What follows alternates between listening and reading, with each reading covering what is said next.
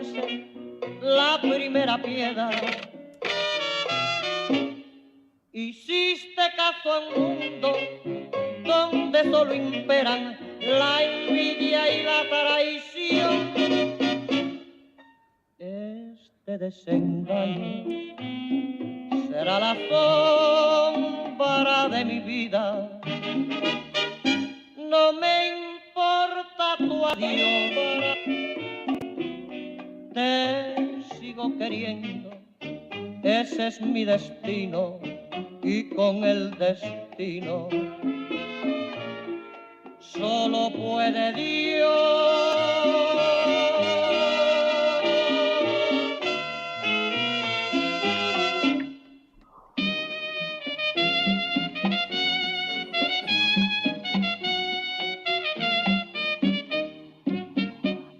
Si tienes un hondo penar,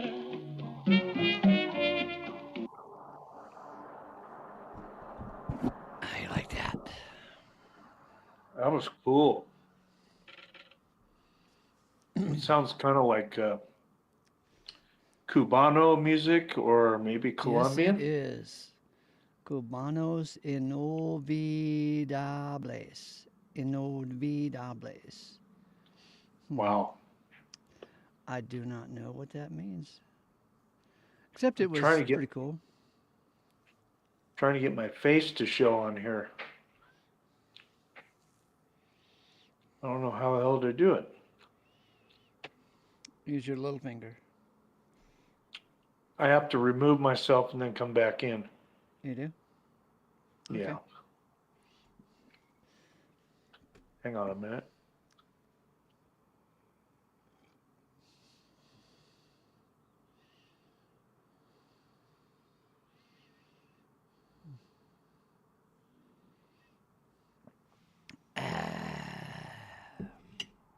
Hey, there it goes. Doubting Thomas, thanks for the heads up. Should I worry, or is it just a bunch of words that are coming my way? Doubting Thomas. Oh, by the way, Doubting Thomas, I put this stream together for recipients of grace, which I think you are. I don't have really an agenda, just to hang out, and I'd love it if you come in right now. Do you hear me? Right now. Don't make me doubt. Don't make me doubt.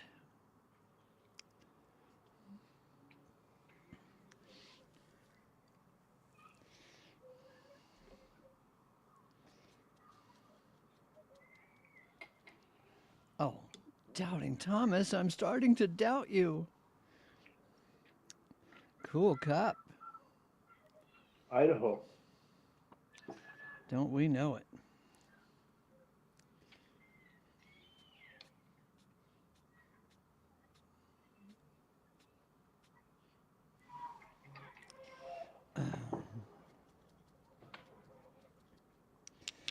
So, how do you think Judas Week is going? I think it's going really well. Have you learned anything, or has it just reconfirmed your faith in the God who is the God Yeah. of all? Reconfirmed what I've been being taught. Just helped kind of solidify all that. But it's well, last time we did it, I learned a whole bunch, and then it just kind of it made sense to me for some reason. It never made sense before. When I Mm-hmm. was a Christian, Judas was a big enemy, Mm-hmm. just like uh, just like Cain and all these people. Mm-hmm. I didn't see the other side of it for whatever reason, the grace side of it. So you could say I was locked up.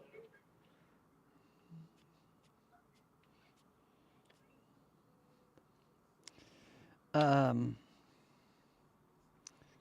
let's see here.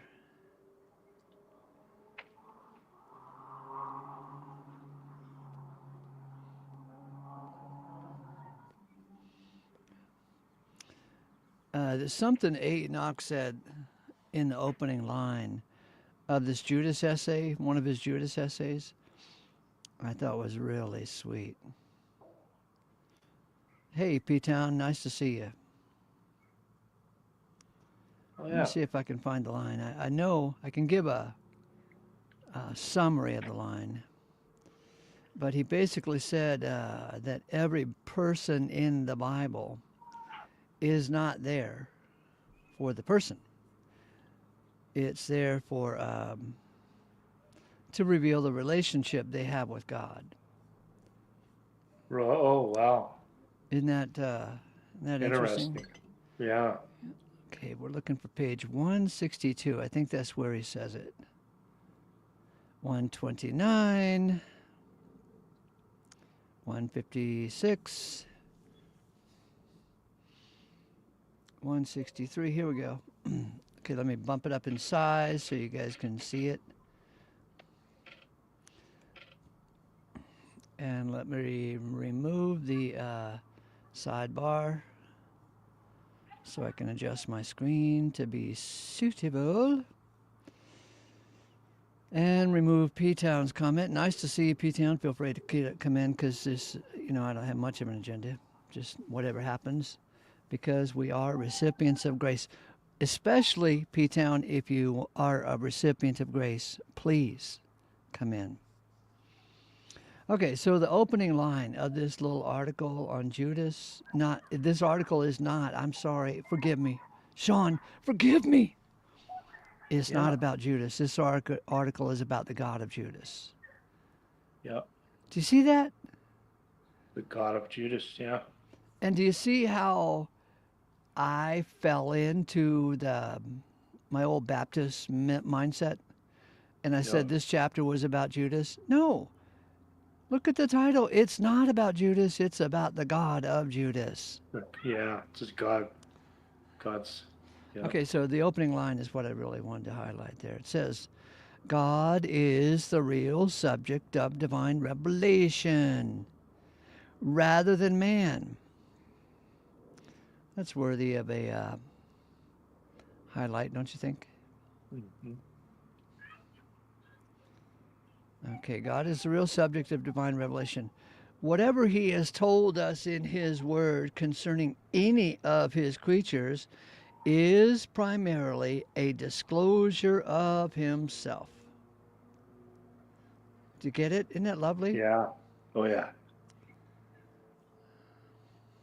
So we are not talking about Adam, Cain, Moses, Pharaoh, Noah.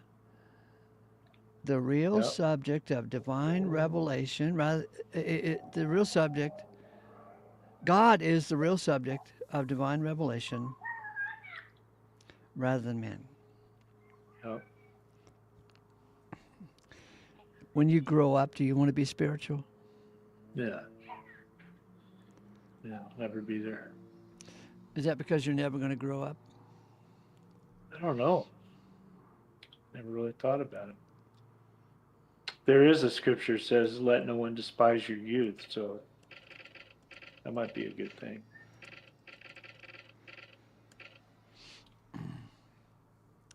That's interesting. God's relationship to man. Right. It's not really about Moses. It's about God's relationship to Moses.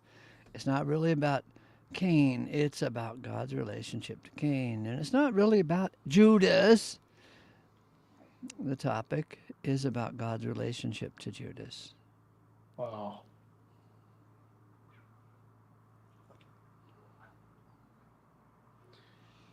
God's relationship to Job. God's relationship to David. Mm-hmm. Wow.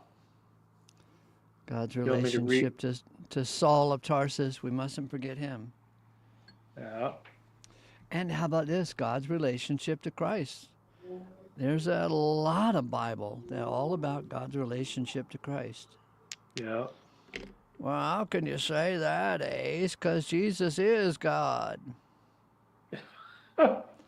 I said it with my lips and my tongue and my voice. Yeah, the Bible is about God's relationship to Christ. Yeah. But Jesus is God. So? Yeah.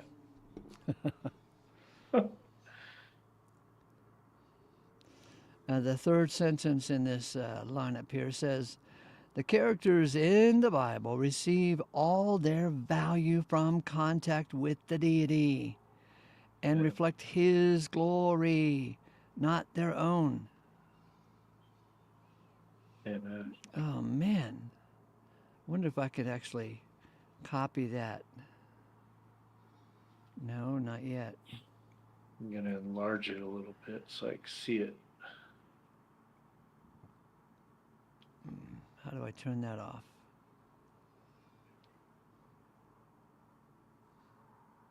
Okay, now let's see if I can copy it. And paste it. It worked. The characters in the Bible receive their value from contact with the deity and reflect his glory, not their own. Yeah.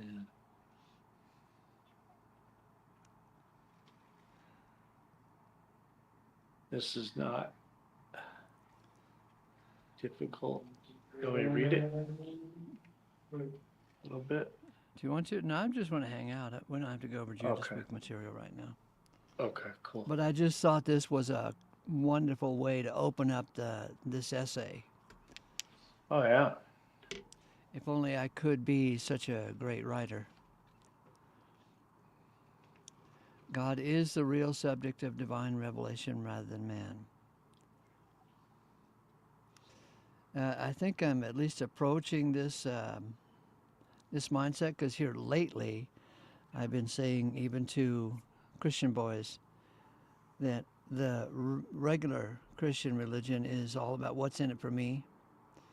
And they have no idea of saying what's in it for Christ. Right. What's in it for Christ?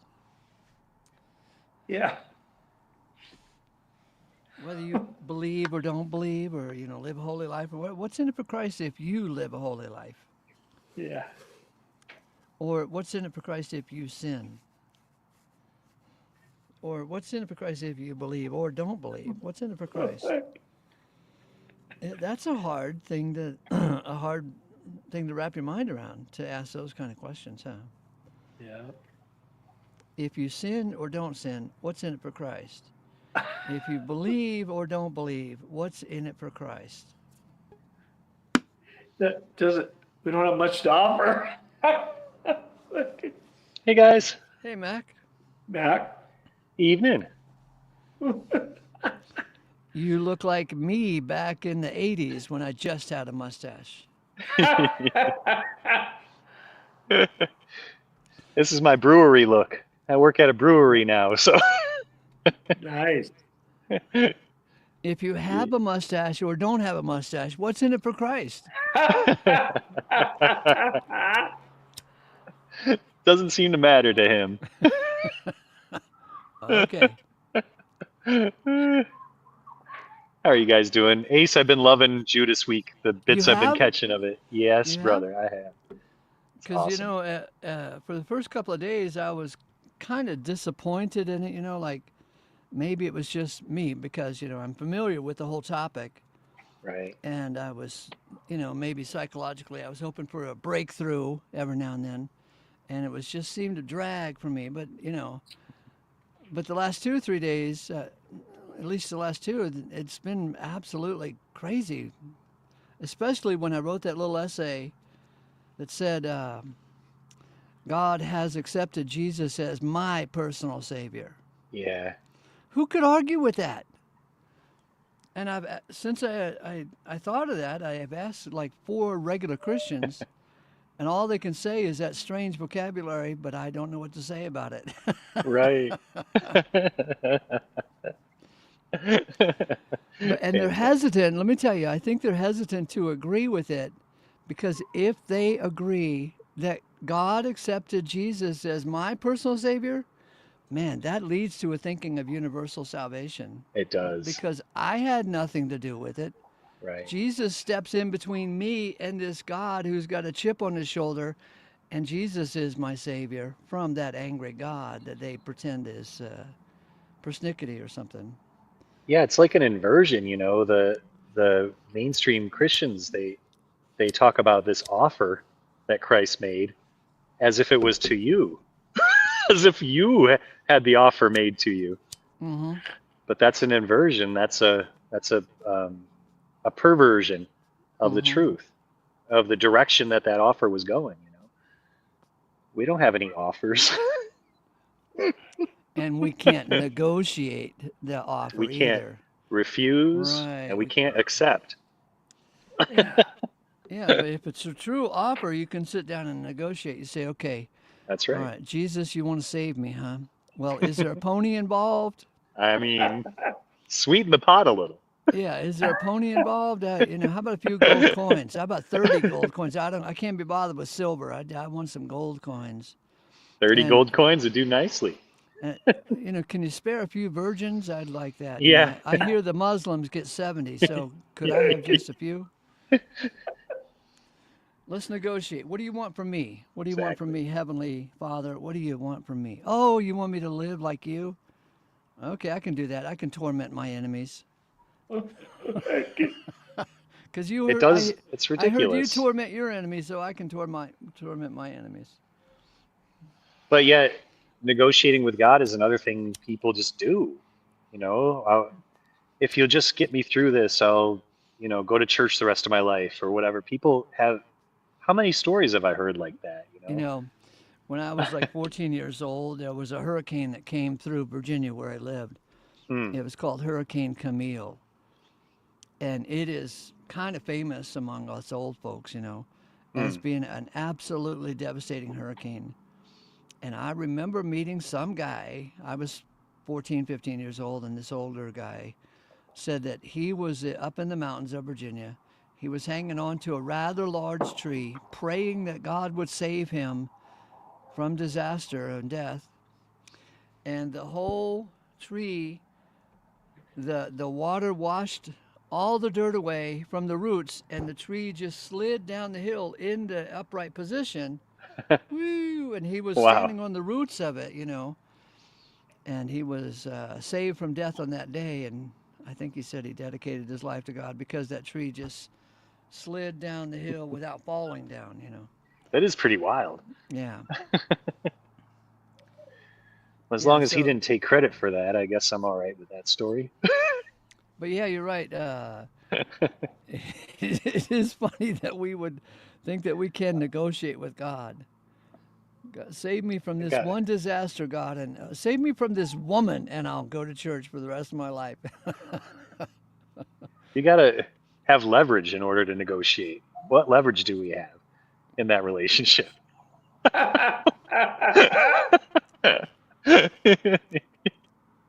It's silly. I had a problem with the trivia guy tonight, What and trivia guy? at the brew Uh, pub I'm find myself working at now. Every mm, Wednesday they have trivia, and I had some trouble with him, and I said to him, I said, it's nice that you're here. You bring in extra guests, and we have a busier night than we would have if you weren't here. But also, you need a place to do this trivia. So, I have a little leverage in this relationship too. mm-hmm.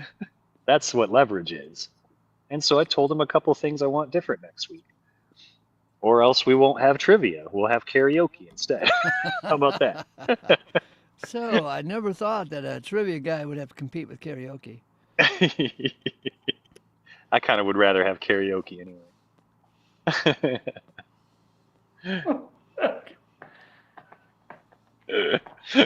But I got nothing like that to say to God. Mm-hmm.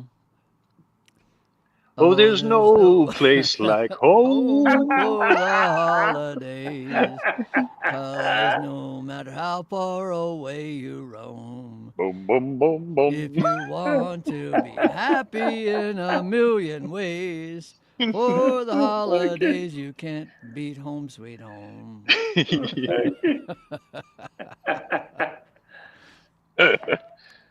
All right, you lovely brothers. I'm going back to work, but I wanted to say God bless you I'm and so see glad you you soon. stopped in.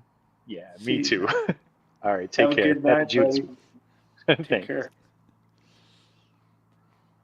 Feel free to hit the StreamYard link and come in because we're almost agenda free. You know what Pepsi free is, right? We have 1/3 less calories tonight. That's what it means. We're agenda free. We're drinking Diet Coke. Hey, when you were in the military, did you ever pull any practical jokes on your buddies? Oh, fuck, all the time. Can you tell me a couple of them? Well, it's like, I don't know, just dumb little pranks, I guess. I don't know. In the middle of the night, soap party or something. You discipline some guy, but you're just teasing him. You're not really meaning anything by it. But if a guy doesn't fall in line or just stupid stuff like that, Mm-hmm. marching stuff, sometimes guys would mess up, and it was more like a peer kind of pressure kind of a deal. Yeah. Boot camp was it was pretty raw. I mean, I had never experienced that before in my entire life. It was pretty cool though. The guys were all Vietnam veterans, the soldiers, the drill sergeants. They were all Vietnam vets, so they were kind of really serious. But you thanked them when it was over with, you know. Oh, But I, yeah, I a got a little. I got a Go ahead. practical joke I remember. So so I'm sleeping in the barracks, and in our barracks we have individual rooms with 2 beds each. So you got to share the room with your buddy, right? Yep. Well, I'm sitting there sleeping, and my roommate came in like 2 o'clock in the morning. He'd been out partying, maybe it's 3 in the morning, and he didn't turn the light on. Right? He Yeah. had that enough respect, even though he was kind of drunk. But he said, "Hey, Ace, what time is it?" Like I'm supposed to know. I'm in the dark as well, you know. He said, "Hey, what time is it?" I said, "I don't know. Look in the refrigerator." And he opens up the refrigerator, and the Oh no. refrigerator light comes on. Yeah. And he stared at the refrigerator for a long 30 seconds before he says, "Fuck you," and Yeah. slams the door shut. Yeah, little stuff, little shenanigans like that. It's kind of cool. That's funny. Oh, during basic training, I remember this. It wasn't exactly a prank that I personally staged, but it happened anyway. I mean, I didn't plan it out, but so in our barracks we had guard duty while everybody was sleeping. You had to do 2 hours worth of guard duty, and then you Yeah. go wake up the next guy. All Right. right, so I pulled my 2 hours worth of guard duty. I went to wake up the next guy, and I said, "Hey, Smitty." I wasn't loud, you know, or obnoxious. I Yeah. just shook him a little and said, "Hey, Smitty." Well, he didn't wake up. So I grabbed his arm and pulled it up in the air like this. And I was going to let it go and let it fall and let that wake him. But I Yeah. grabbed his arm, I pulled it up like this, and then I let go, but he didn't drop his arm. Uh-oh. And I thought, well, that's weird. He's asleep, dead asleep, and he's holding his arm like that. So I moved it over, and he still didn't drop it. And then I moved it over here, and he still didn't drop it. It was so funny that I busted out laughing, and my laughter Yeah. woke him up, right? Yeah. And he says, "Damn you, Ace, I was dreaming about saluting." Oh, how funny. That's funny. Were you at, I'm trying to think, so were Langley. you at Langley? Yeah. Lackland? Or Langley, Virginia? Oh, Lackland. There we go. I knew it started with Lack, an L. yeah, Lackland. And there was not much land there. That's why they called it Lackland. There was a lot of dead bodies, Oh, shit. and we had to Not march much over. land there. Yeah. Yeah, So it was called Lackland. yeah. My, my parents, I think both my dad and mom went to Lackland. They were both in the Air Force. She was a Yeah. nurse, but she went AWOL though after a certain period of time. Oh, They gave she's her smart. she did a general discharge though. I was really shocked when she told me. She said, I just got a general discharge and they let me out. Usually, sometimes they'll court martial. Do stupid shit like that. They'll screw you. But she got Hmm. out. You know, just didn't want to be there, I guess. I don't know.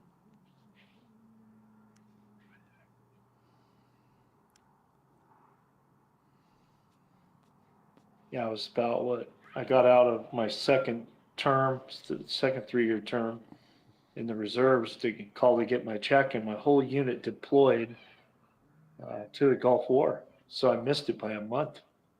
And I was angry that they let me out early because I had a job there and stuff, and they let me out. Yeah. But yeah, turns out they ended up in the Gulf War. So Lucky you. yeah, whoa. And that was the that was the Norman Schwarzkopf dude and all that. So Yeah, there's a philosopher. I don't know if you know about philosophy. You ever heard of philosophy? some of it. Yeah, well, this one philosopher says, "War, what is it good for? Absolutely nothing." that was I a like that that that was a song. philosopher who said that. Yeah, Yeah, I that like was philosophy. who, who sang that There's song? another philosopher who says,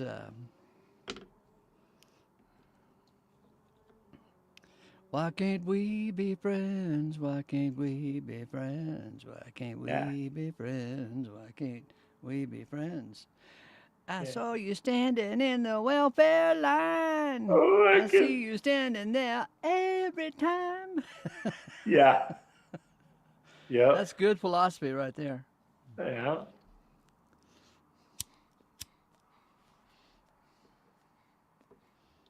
yeah.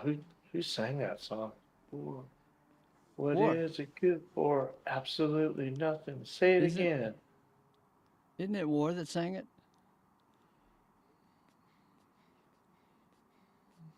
I think, yeah, because he goes, war, good God, what is it good for? Yeah, probably. I have to look that up. Curious now. Probably. Came out in like the 60s, late 60s, maybe.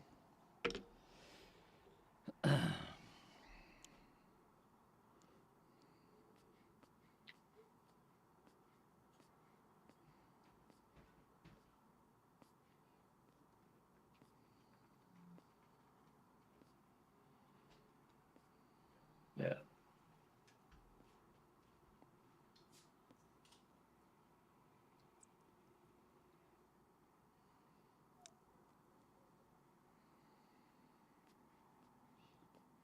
So when did you get out, Ace? When you got out of the Air Force? 76. 76. Is that when you were born? No. No, You could be not my that son. young. Are you my daddy? No, no. I was born in 64.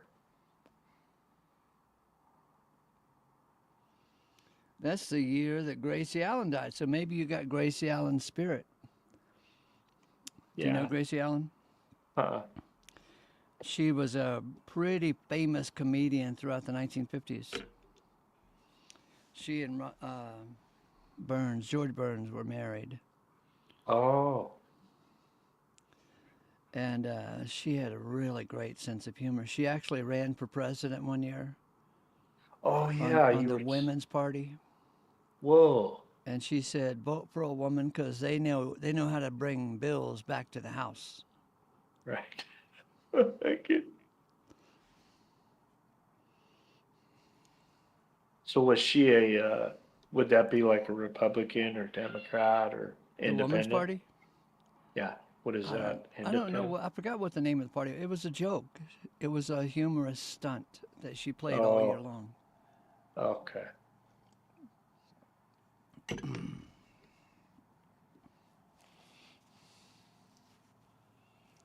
God, that guy lived until he was like 105 or something. George Burns. Uh huh. Wow. You know what the Wow. secret to his health was? Yeah, what was it? Bourbon and a cigar, wasn't it? Right, 10 cigars a day. Yeah, 10 cigars a day and a fifth of something.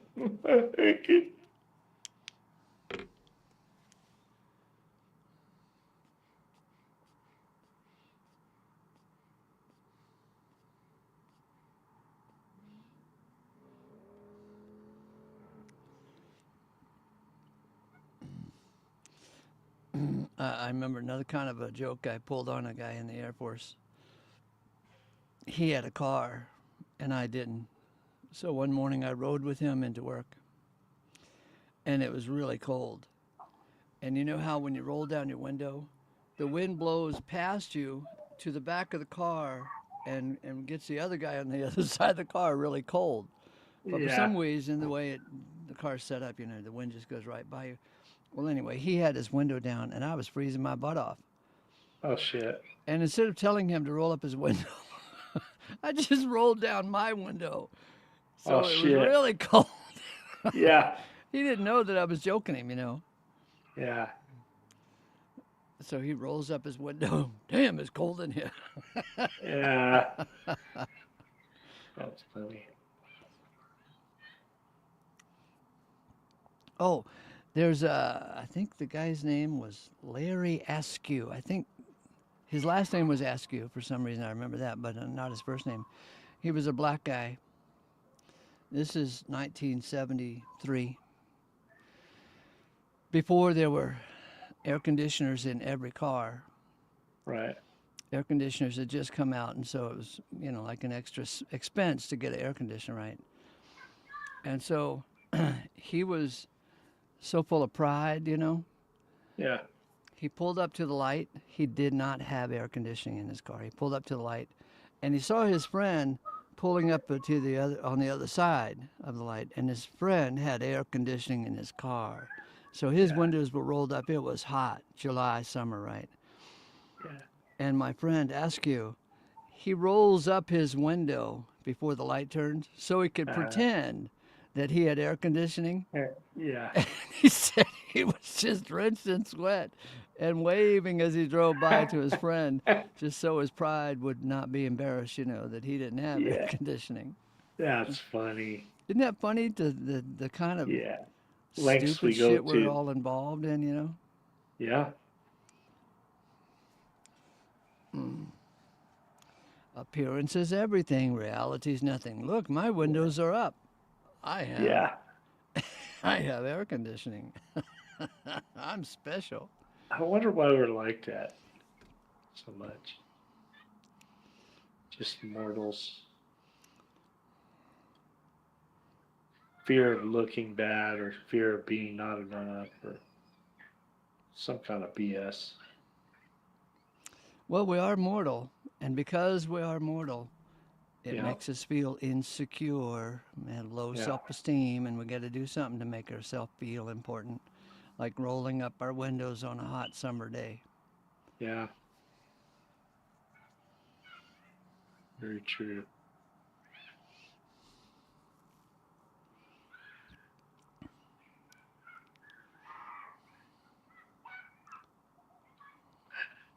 You're probably the only channel I know of that does the Judas Week. I love it. Oh my gosh. Why not? I think it blew people away last year when you did it. Oh my goodness. Blaze has really gone off the deep end now.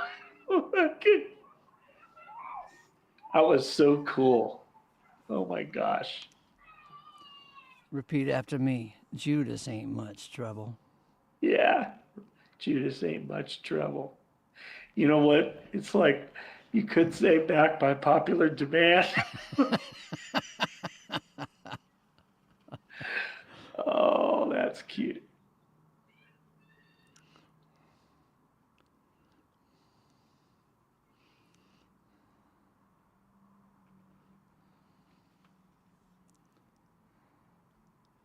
Recipients of grace. Oh, Brother Bet, feel free to come in. Yeah. Okay, so I'm going to take my picture off because I I'm eating an apple. I don't want to disturb Yeah, everything. that's smart. Otherwise, we might think that you're eating of the forbidden fruit, No. the knowledge of the good tree of good and evil. Yeah. And then we'd know, oh my God, it had to be, it's inevitable that Sean would eat of the forbidden fruit. Yeah. Why can't we be friends? Why can't we be friends? Why can't we be friends? Hey, I could sing that to Eric next time he comes over. And JG. Ace, does fruit grow pretty well in Utah or no? What kind? Like apples or stuff like that? Oh, yeah, I got lots of apple trees. Yeah. And there's a lot of peach trees here, too. There's entire peach tree farms about 60 miles north of me. Oh, wow. But we can't grow bananas for some reason. Well, yeah. We can't grow oranges, but there is a guy who is growing oranges successfully in Utah. He does it in greenhouses, and he Oh, keeps wow. the greenhouses warm by stacking up a lot of compost along the wall of the greenhouse. Because the compost, if you mix it right, it gets hot and stays hot throughout the winter. Oh, yeah. And he is successfully growing oranges and tangerines and stuff in those greenhouses. Oh, We did cool. a show on him one time on this channel, played his video or a couple of his videos, so we could see how he does it. And he went to the farmer's market and brought a bunch of oranges and tangerines, and they kicked him out of the farmer's market. They said, "You're crazy. You went and bought these. You didn't grow them." So he had to go back to his farm and take a picture of himself with today's newspaper in front of his greenhouses where you could see the orange trees there. And then finally they let him back in. But they gave him a bunch of shit because they didn't believe that you could grow oranges in Utah. Wow.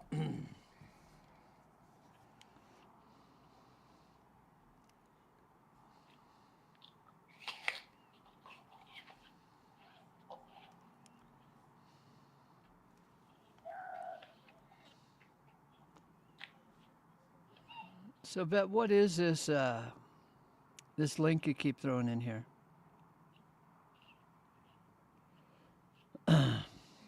Tell me what I'm looking at. Maybe I'll play it, but I don't want. That helps me decide, what I want to look at if I know what I'm going to look at. And besides, get your butt in here. I see you standing at the Ace welfare line.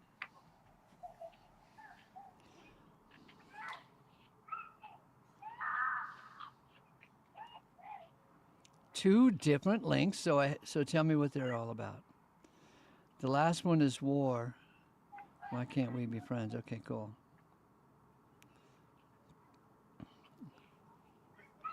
Let me go see what year that is.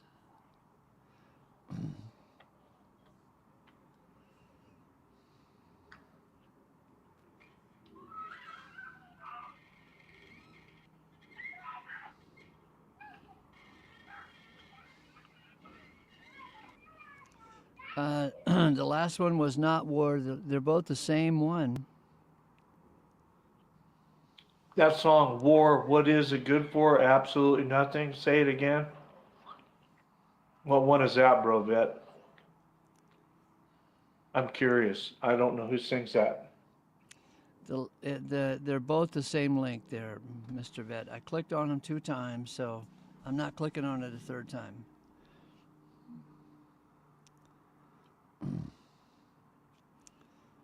Watch out for the infinite regression trap. Yeah, if only I knew what that meant.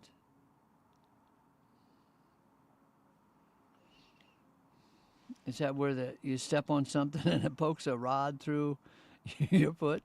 The infinite regression trap. It was one of those dirty traps in the Vietnamese War. Oh yeah. The infinite regression trap.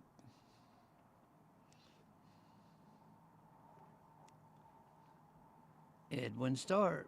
Feel free, Rasmo. Come on in. Oh yeah, Edwin Starr. Whoa. Did he twinkle? What's that? Did Edwin Starr twinkle? No, but I had a feeling it wasn't War. I just wasn't sure who the band was. Uh, The other one that I like is Time by the Chambers Brothers. yeah. Do you remember that song? Time has come today. I don't. Time has come today.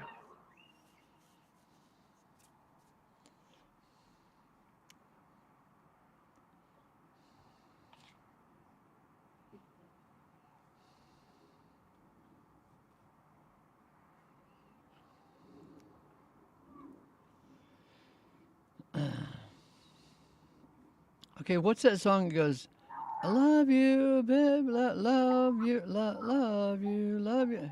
What's that song? Love you, baby, I can't, I love you. Something like that. What's that go? I don't know. I thought you knew everything about I music. don't. No.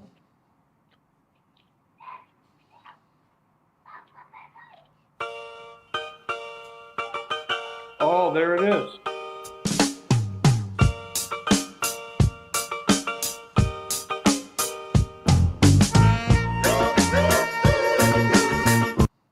Okay, we'll stop it for copyright infringement and advance it a little bit. Why can't we be friends? Why can't we be friends? Why can't we? Okay, we'll stop it and advance it a little bit so that Mama YouTube won't be pissed. Walking down in Chinatown, I call you, but you could not look around. Why can't we be friends? And we'll advance it a little bit. I'd like to be the president, so I can show you how your money's spent. Why can't we be friends?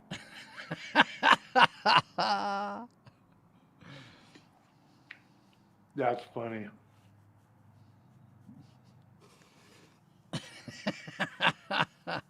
I think we got the spirit of that song down.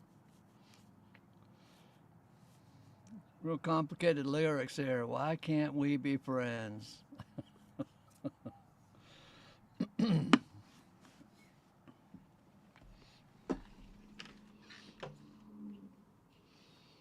So Richard has given 2 presentations. You remember them? He did one today, right? Yeah, and then yesterday, and they were yeah. both really good. I enjoyed them very much. Yep. Yeah, and he hasn't been in a while too, so it was nice to see him. Uh-huh.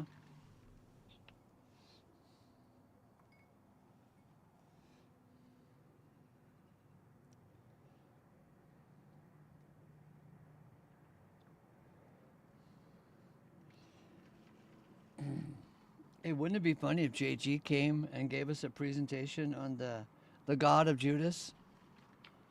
Whoa. That would be way cool. Ace, could you ask him to do it? Could you say, hey, JG, I need you for a project I'm working on right now. You want to come in and talk about The God Judas. of Judas. The God of Judas? No, we don't want to hear about Judas. We want to hear about the God of Judas. Yes, Ace, I know, that's what I'm saying. No, let's clean up our vocabulary, man. Why can't we be friends? You want me to be the president. You want to know how your money is spent. That would be cool, though.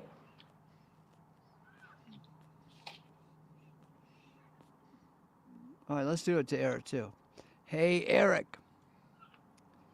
If you, have a little bit of time, can you come over and give us a presentation on the God of Judas?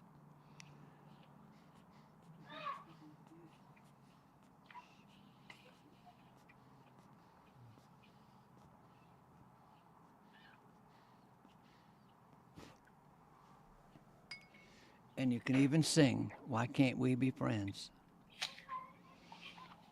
In the joy of the Lord. Hey, Eric, have you ever heard of the joy of the Lord? It might lead to laughter and might lead to dancing, and dancing might lead to, you know, something else. Did you know that the Baptists think that dancing is sin? Really? Yeah, there's some oddball Baptist churches out there that recommend that their members, you know, not dance because it might lead to sex. Oh, okay. Yeah. But then there's other churches that say you shouldn't have sex because it might lead to dancing. Right.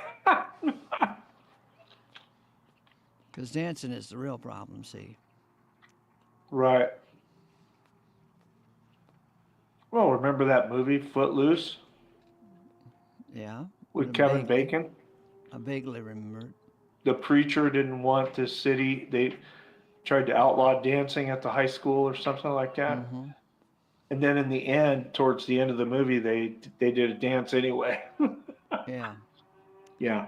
You know, that movie was filmed about 20 miles from here. Oh, really? Yeah. Near Oh. Provo. It's a little town called Lehigh. Oh, And, okay. and I think I've been through there. yeah, they rented out some, you know, abandoned warehouse type thing. Yeah. I stayed in Kanab one time. Isn't that a funny word, Kanab? Yeah. I don't know what it means. Yeah, it was right before I went in the service, I think it was in '83. My mom had left me and my stepbrothers in the same house together, and the older stepbrother was pounding the hell Out of you? yeah. So, So he was mean?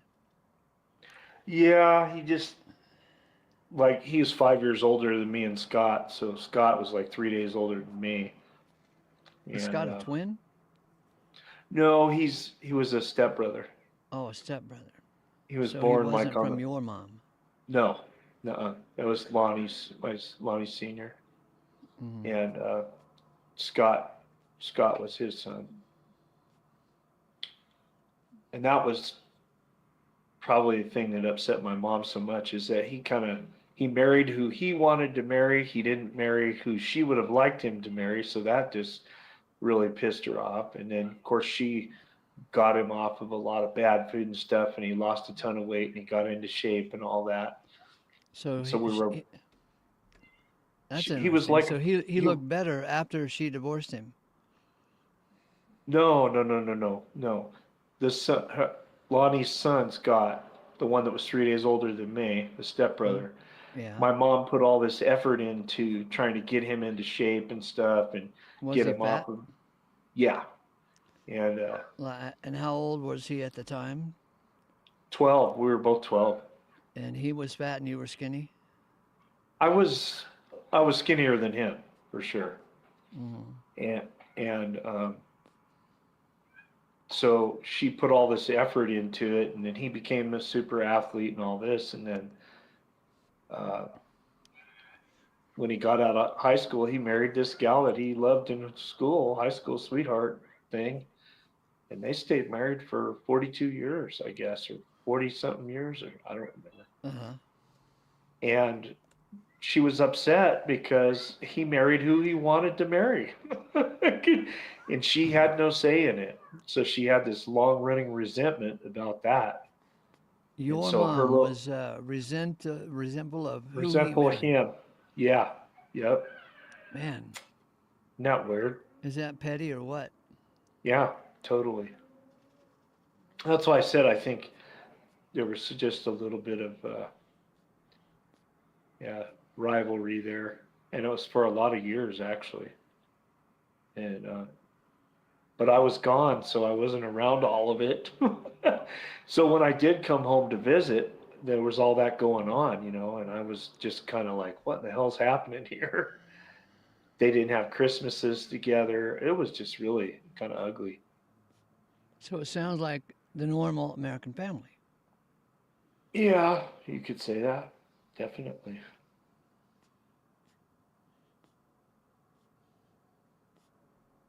But So, what's that TV show where they two two man and woman married each other, and they had she oh, had three girls, he had three yeah, boys. yeah, Brady Bunch. That's Oh what yeah, so that exactly. that show was a big fat lie. Well, That they there could be such propagated it. harmony in such a family. Yeah, and that's something.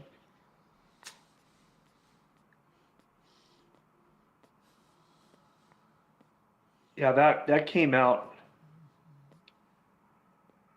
maybe 69, 68. I don't know. So they popularized divorce, situations, blended families or some shit. And that, I guess that shaped people's minds about it. Until they got a thorough acquaintance with reality and they tried it on their own. They go, man, this is problematic.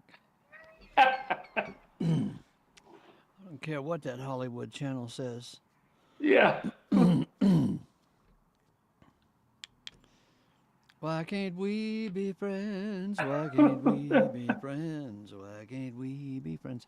So, so Tom Brady says to Mrs. Brady, "Yeah, let's just be friends. You go live on the other side of town with your three girls, and we'll sit right here, and we'll just be friends." Yeah.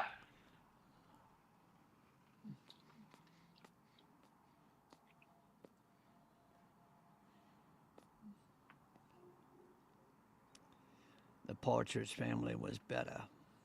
Yeah, I was just gonna say that. That's funny that he said that. That was kind of a blended family thing. No, I'm not really sure. I don't think so. Maybe, no, she was a single mother with a ton of kids, and then she married the guy Kincaid, I think, or they were like in the same band together or something like that, or maybe he was a dear friend or something. Rasmo, could you come in and explain yourself?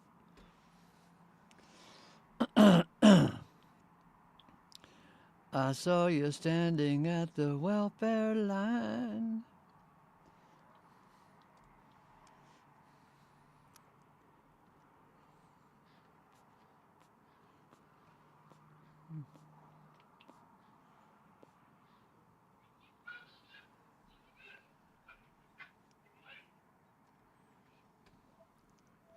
Hey, did you know that God accepted Jesus as my personal Savior?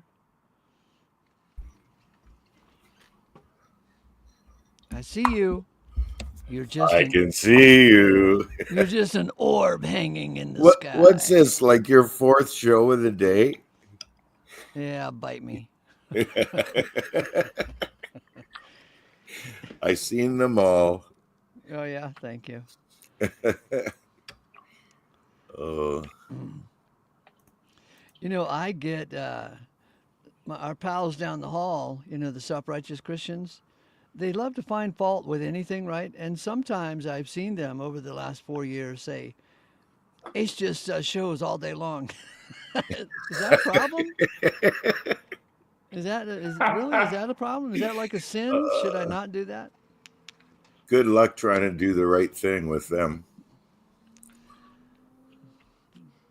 Yeah, anything is a problem. Oh, you only do shows once a week. How terrible. Oh, the Oh, you cross do is shows 3 times a day. How terrible. even the cross is a problem. Uh-huh. How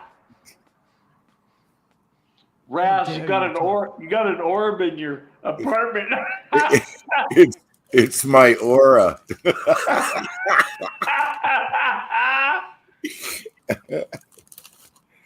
Oh,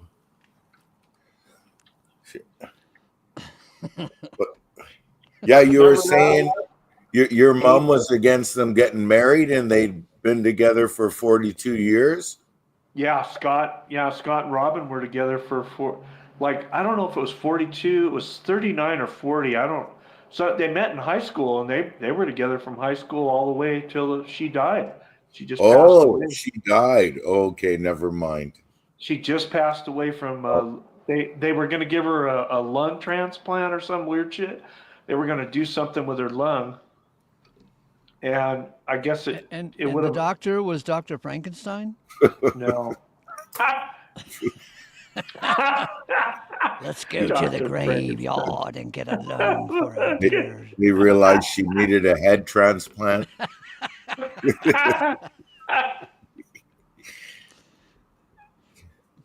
Can't Yeah. find the 10 millimeter bolts to get this head back on.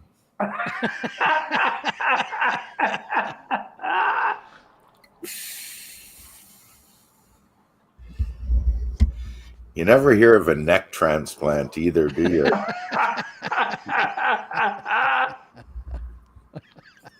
If they could come up with that, a lot of women would sign up for it. Because Oh, I saw in the women's section a book in the women's interest section. It said something like the title of it was "I Hate My Neck."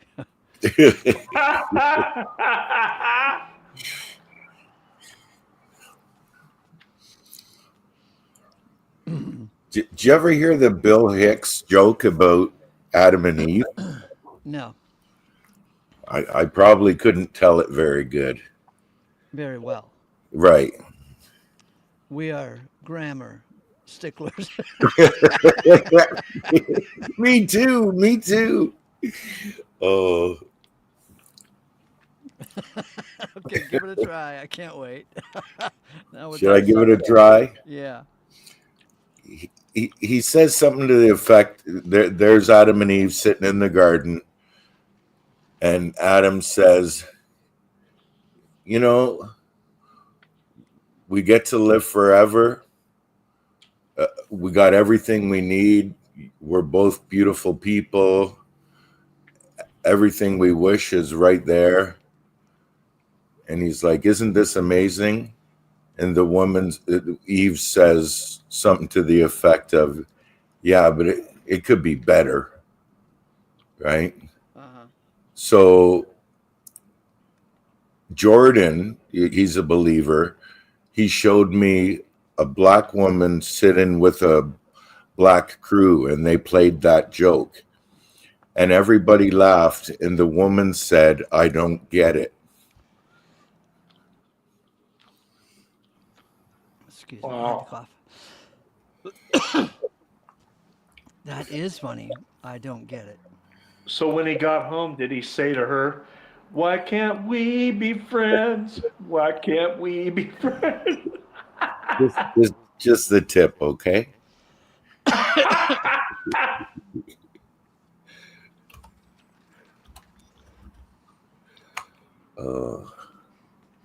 What did I say his name was? Bill Jordan, Bill Hicks. Hicks. Bill Jordan pretty Hicks. pr- That's his proper name. He was a pretty funny guy, definitely.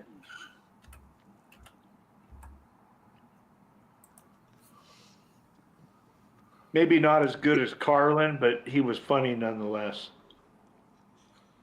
I think he was wittier than Carlin. Carlin, I think, relied a lot on the first out of the gate. Who was the number one? Who was the number one comedian up in Canada, Raz? Now, Norm Macdonald. yeah, he's really big, but he got killed to death. So,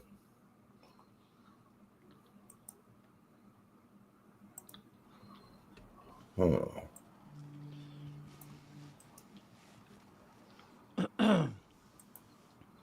That is really funny. I'm sorry I was coughing, but it is really funny that the woman said, I don't get it.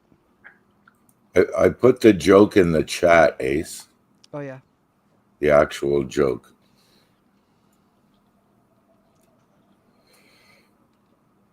Video unavailable. It was blocked in your country on Oh. copyright grounds.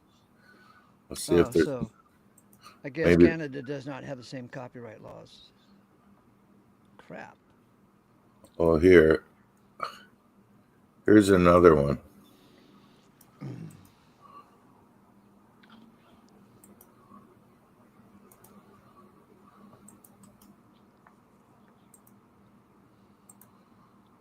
How's that second one? Yeah, let me bring it up.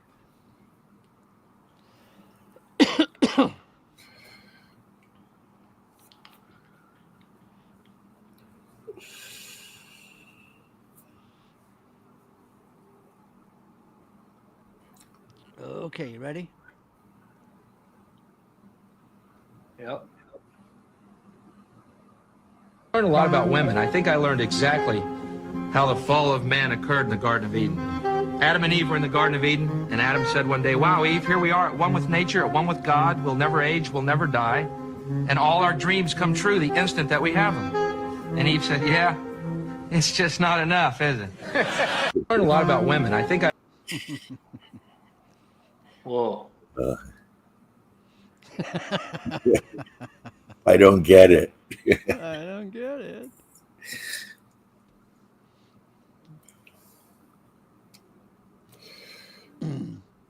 Yeah, like my joke about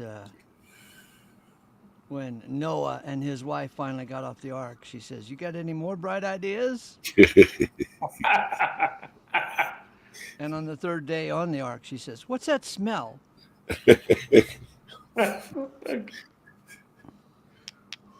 We're running the world's biggest zoo, honey. There's gonna be some poop. And speaking of smell, grab a shovel, darling. We can help out. I just got the opening credits for Green Acres. Oh yeah, Zaza Gabor with a shovel. yeah, yeah.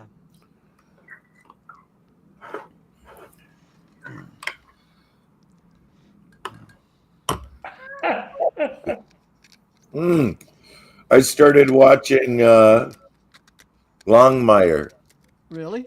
Again? I'd seen a couple shows, Yeah. but I never like just parts of them, and I never really watched it. And I've finished the first season. Isn't it lovely? It's exact like I thought you might be over exaggerating because you could kind of read that into a lot of shows. Yeah. But it's really you were astute in picking that up because it's Picking what up?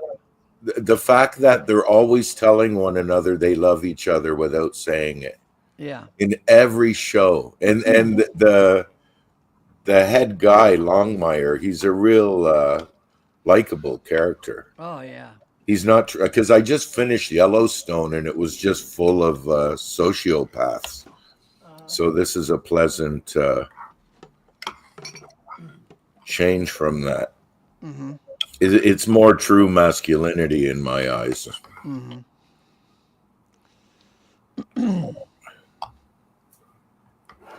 Yeah, and on a deeper analysis of it, do you remember the Lenny and George from Of Mice and Men? Right. And the conflict of that whole story, Yeah. of how they loved each other, and Lenny had to kill George at the Right. end just to protect his feelings from being hanged, so he wouldn't be embarrassed by being hanged, so he killed Yeah. him. Yeah. I think that almost every episode is kind of a spin-off of that puzzle. Like, how do you handle this? What's going on? Because quite a few of the murders in that show were kind of like accidents that somebody was trying to save somebody from something else. And then, Right. And then Yeah. murdering them. I picked up on that too. Yeah.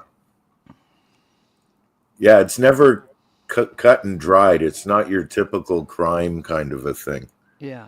And there's you can see the cops in that having humanity towards a lot of the. Do you remember the tear that fell on his boot? Right. That Oh was my really God. good, eh? Was it? Oh my God. That was a really good cut. Yeah, he was telling a woman that her husband died or something. Yeah. Yeah, the way they filmed, I picked up on that. That was a brilliant little filming gimmick. Yeah. I think Gabe would like that. It's very subtle. A lot of the Storytelling. yeah, very really interesting. I think the main character is really really likable fellow. And his friendship with Standing Bear is just absolutely amazing. Right, it's confusing at the beginning, right? Mm-hmm. There's one part I thought that he wasn't going to forgive him or whatever, but they made up. They made up without even saying "forgive me." Yeah, There was no discussion. They were no, just they're just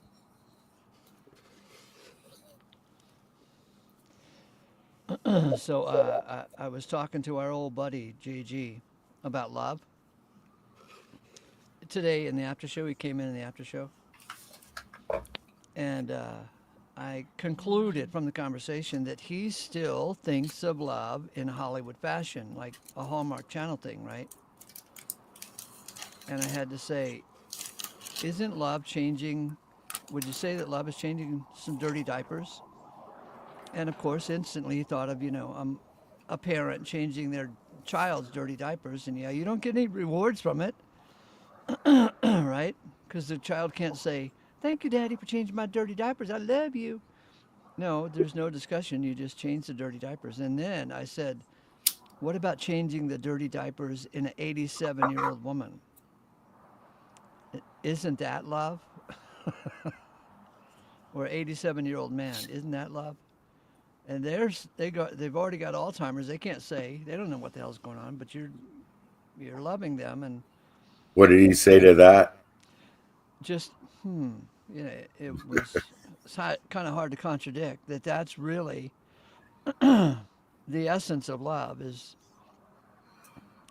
doing shit that you're not going to get thanked for it or any credit. You just do it because it's the right thing to do, not what's in it for me. But all of the love that we talk about, generally speaking, What's humanity it? at large, is What? Hallmark Yeah, Channel. What's in it what's for in it me? for me? Look how much this millionaire Hollywood person just gave to this organization. Yeah, Yeah, don't you understand? Their accountant told them to do that. They actually make more money giving away 2 million, right. but they make sure it hits the headlines. Mm-hmm.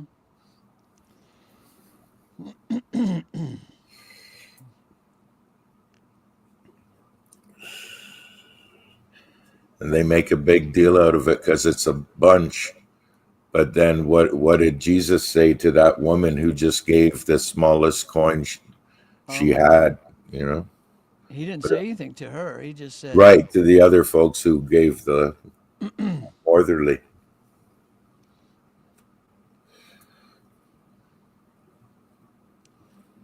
"Well, you've inspired me. I'm going to go have to watch Longmire. It's been a couple of years now."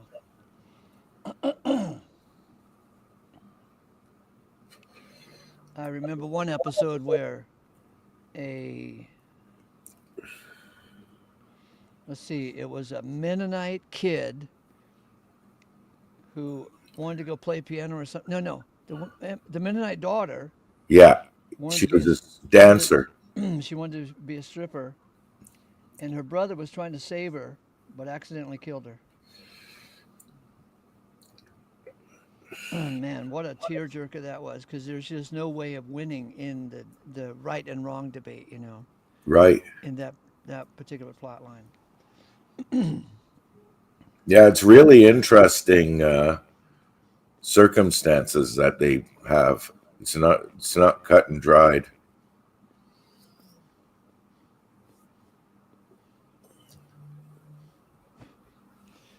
But what about Yep. absolute morality? I don't know. I don't know anything about absolute morality. I didn't kill somebody again today. So proud of myself. Did you kill anybody, Sean? No, I didn't. I feel so much Good better. for you. You didn't rape anybody, did you, Ace? Oh, No, I've been feeling a little down, so maybe I should try and rape somebody. I'll feel better. Perk you up. oh, oh, Oh, Raz, did Ace tell you about that thing about uh they were, they were talking about the rape, that your God's a rapist and shit like Right. that. Eric was going on about that today. Yeah, he So won't shut check. up about that. Yeah. Ace, All, Ace, tell him what you told me. I fucking loved it, man. All right, well, so here's a sound bite for you guys over there, so you can ponder this. All right, it's absolutely wild and crazy. Let's see what you can make of it. You can condemn us on everything else. Might as well go ahead and condemn us on this. Did Mary, the mother of Jesus, Mary, you ever heard of her? Did she consent?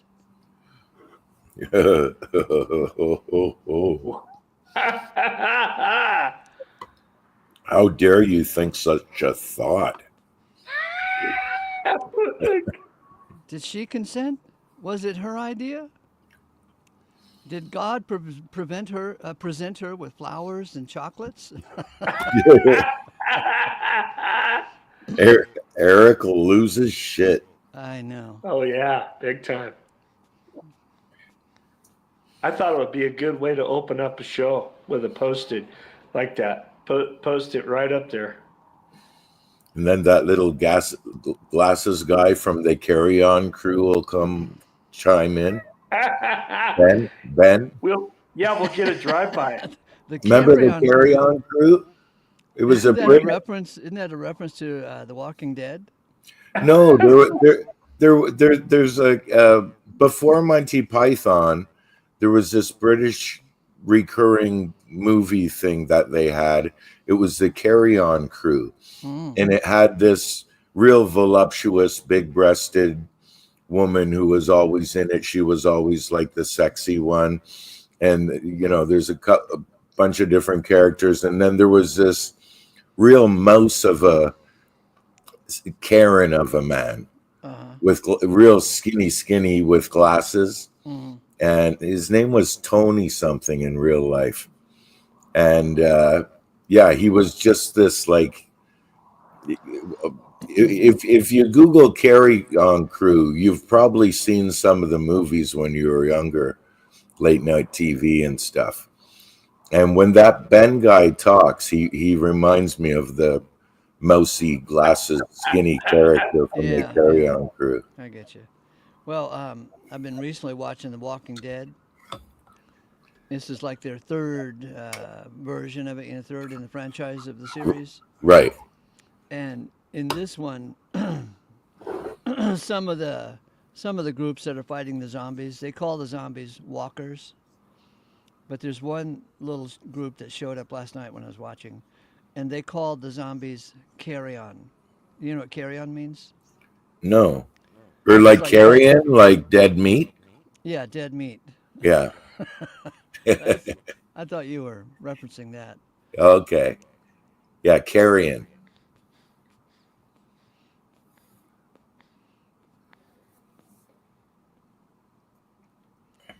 Like what vultures eat.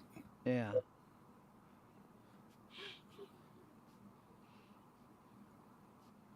They smell the ethyl mercaptan, which is the strongest scent in the world.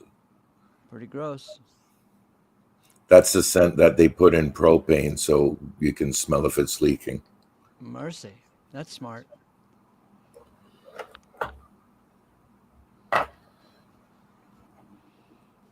What's that smell? Grab your shovel, honey. We got to clean out the ark every 3 days.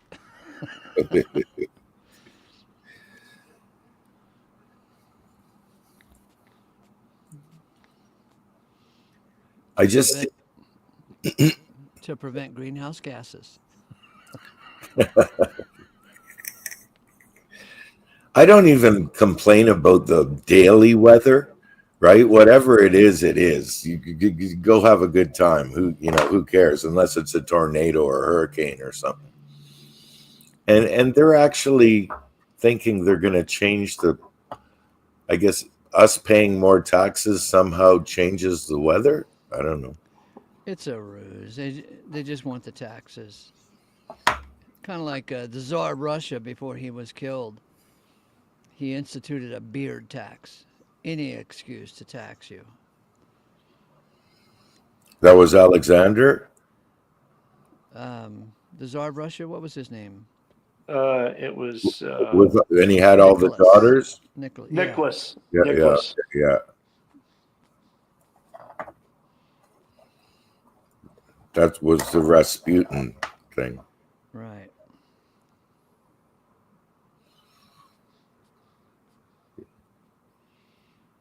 Yeah, I think that was even worse than communism for them.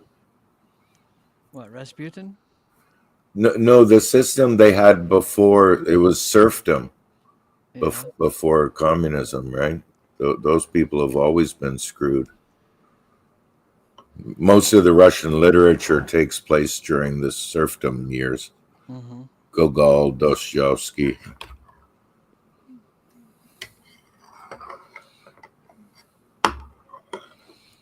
What's your favorite of the Russian literature, boys? Dostoevsky, What's your favorite Dostoevsky Uh, book? Brothers Karamazov. Wow. I've read it about 5 times by 3 different translators. Wow. David Magershak is the best translator for Dostoevsky, if anybody's going to read Dostoevsky. So give us a report. What's this Brothers Caravan? Basically, they were raised more by their house servant than they were their father. Yeah. And so, and one of them's like rich, one of them's very religious, and the other one's just kind of a loafer a little bit. And The three brothers. right. Okay. There's actually a movie, and I didn't even know Yul Brynner is in it. Oh yeah. Yeah, so I might watch that at some point. But it's interesting. In the book, there's a 70-page, they call it a poem.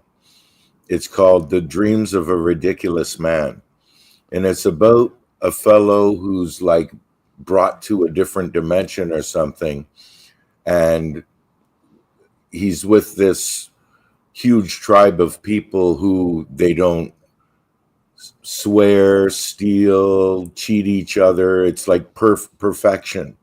Mm-hmm. And about 3/4 of the way or so through the poem, he's just living with them, and then he all of a sudden he's like, I must confess I corrupted them, right? And yeah, it's just kind of interesting. You got to read those books kind of slowly.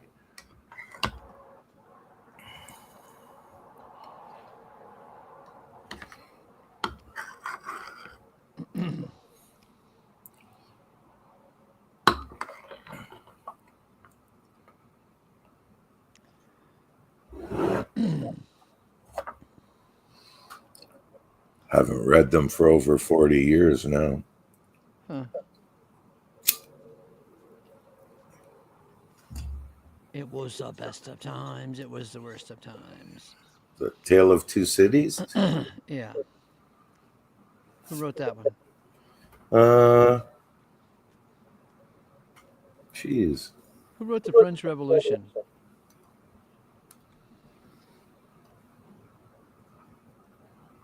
Warren, I don't know the French Revolution.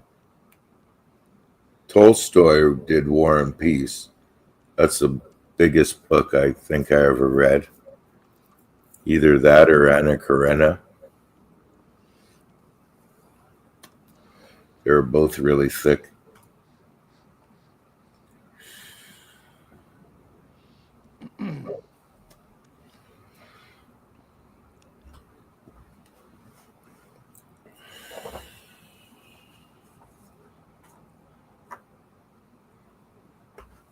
I just watched kind of a cool, it's I think an 8-part miniseries. It's a Stephen King. I'm not big on Stephen King, but it was kind of interesting because it really did a good job with the setting, because it was set in 1960s, but it was a guy time travels to try to stop the Kennedy assassination.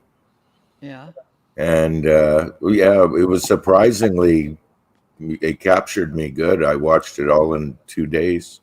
I think I saw that one. It's called 11 22 63. Yeah, I watched a few parts of it. I didn't watch the whole series of it. But I'm kind of fascinated when people bring it back very well, like with the cars and the backdrop and everything like that. I like watching the back part of movies. Uh-huh. yeah, So it really reminded me of a kid walking around how before gentrification took place and there was still a lot of old buildings and stuff. did you, Raz? Did you ever see? Did you ever see They Call Me Fritz? A couple of shows. You didn't think that much of it, huh? It seemed all right. It's just not my cup of tea, kind of. Yeah.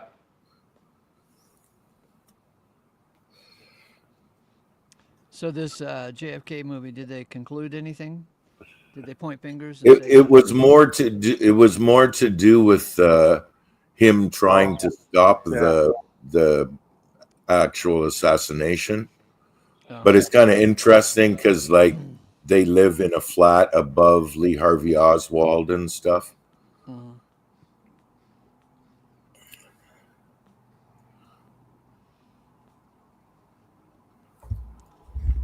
James Yeah, Franco is the actor guy. Oh, he's a good one. He's at. I watched other. It came up in my feed after, so I watched a movie with him. It was an Italian production, and it was all in Italian, and it was a pretty good movie. Give it a 5. As compared to, I tried to watch Captain America, the new one, the other day. Yeah. Oh my dear God in heaven, what has happened?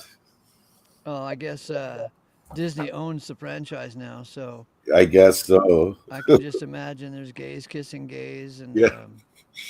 I watched about and 10 women are the minutes. real heroes and Yeah. Oh, did you see the astronauts there the other day? no. Like Katy Perry and Oprah's friend and these other 4 women went up in Jeff Bezos's Yeah. rocket Yeah. up to space, and they Yeah. came back and they were like, "Oh, we're astronauts now." It's like, wow, you sat. The thing that really fascinated me is that, like, if you go up into space, right? Like, if you told me, "Hey, I'm gonna like take you up into space," as soon as we can take off our seatbelts, my face is gonna be glued to the window. There's these 6 chicks just taking selfies of each other, and they may as well have been in a room on the ground. Right? They weren't even looking out. They'd glance out the window, but then they're all just taking pictures of each other on their phones and stuff. I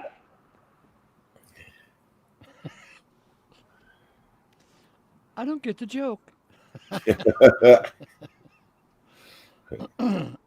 See what women can do? We could sit in a seat and go to the stars. It's kind of like sitting in the passenger seat of your friend's quarter-mile drag car and being proud that you won the race. What did you do? I sat in the passenger seat. Did you build the motor? No. Did you service the car? No. Did you drive? No. Did you at least say go? No, the lights did that.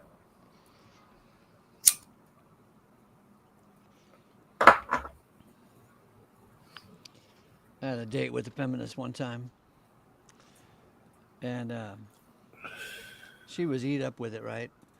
And she spent the first hour or so telling me the typical man does this, and the typical man does that, and the typical man does the other thing.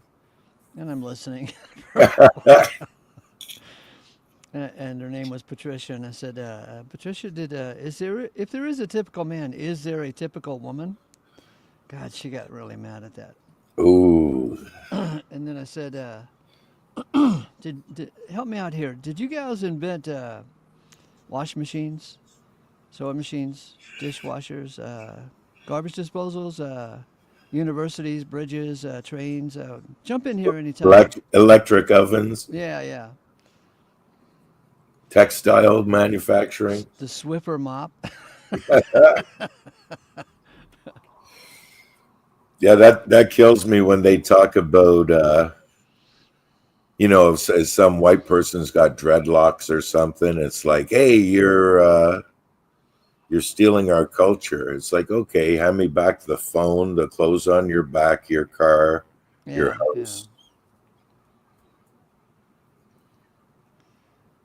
Anyway, that date went sour. I could imagine.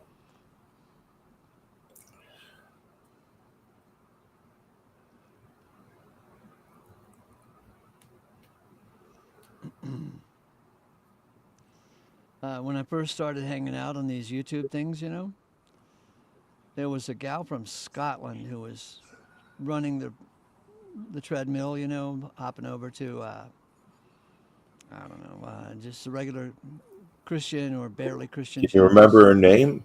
No, I can't quite remember her name, but she bragged that she was a feminist, and somehow I got wrapped into a conversation with her, and I said, "Oh, she accused me of being a misogynist." I said, "Yeah, I know what that means. A misogynist is a man who hates women as much as women hate each other." And she got really pissed at that definition, right? So she says, "Women don't hate each other." And I said, "You don't get out very much, do you?"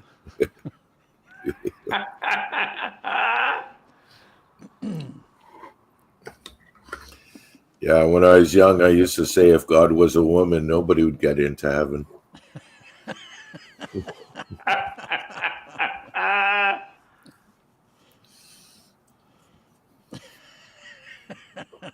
Oh my God.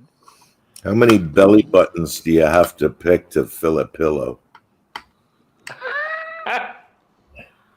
Go ahead, Sean. You can answer that one. Bella button lint. I bet you they got duvets over at JG's channel. Make one a day.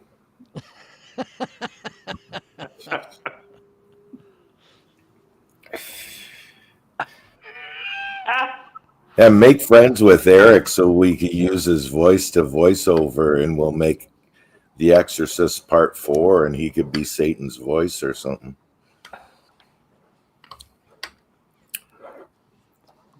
I don't know what I dislike the most, whether it's the sound of his voice or the actual words coming out of it.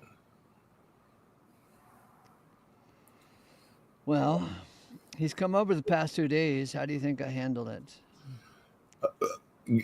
Exactly how I wanted you to. You kicked him out exactly when I would want you to. Mm-hmm. You shut him off, like you just put him backstage, right?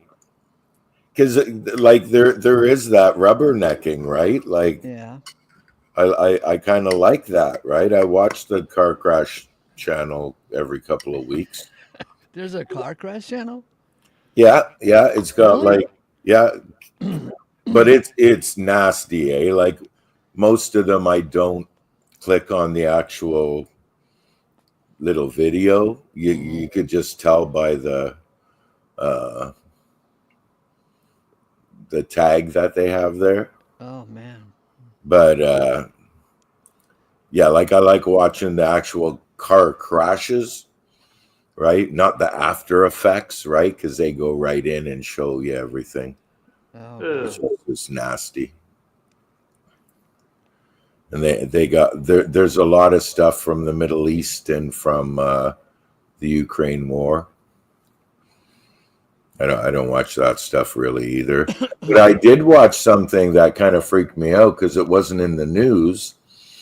About 2 years ago, in the main square in Kiev, the population did a big uh, like tens of thousands of people against the war, and the police opened up on them. It's the biggest slaughter I've ever seen, and, Wow. and it wasn't on any of the news stations or anything.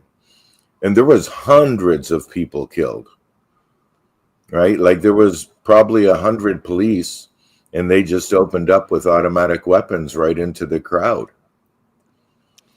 You can trust your government. Yeah, They have your best interest at heart.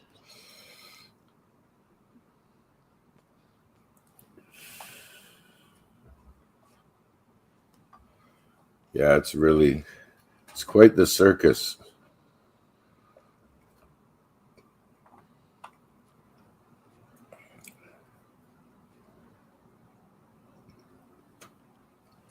Now back to the JFK thing.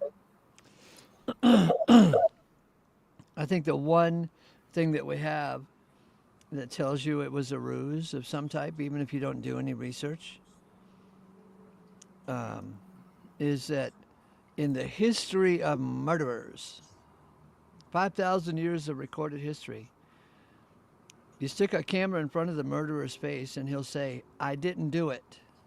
Or he'll say, I did it and I'm glad I killed that sucker. That's the only two things they say. But what did Lee Harvey Oswald say? He said, I'm a patsy.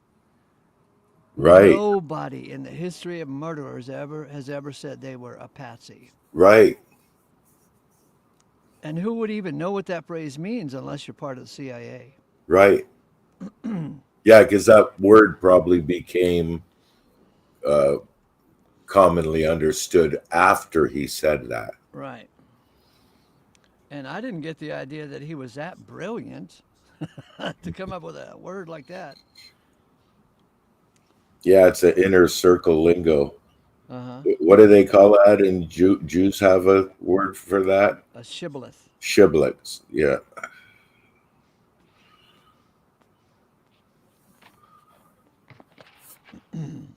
When I was 10 years old, the assassination happened. I'm 10 years old. I'm watching the television because they replayed it all day long, right? And at age 10, I thought it was suspicious because Governor Conley ducked before the sound of the bullets showed up. And at 10 years old, I was thinking, well, is the television screwed up to where these guys are ducking before the bullets go off? What's going on here? Obviously, now I can look back and say Conley knew what was going to happen. And that's why he was ducking. You get hit with the bullet before you hear it. Hmm. Well, on the television, you could hear the bullet, the gunshot.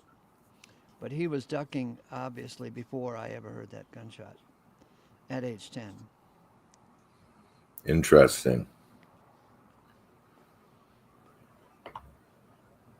Yeah, I got hit with shotgun pellets one time, and you didn't hear the blast until after the pellets hit you. Oh, yeah. But it's really loud because it's the trajectory is right at you, right? Mm-hmm. Louder than just shooting one. Thank God for a thick coat.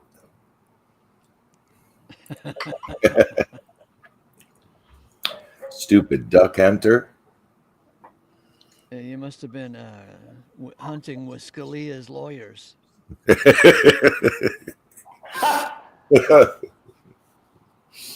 Oh,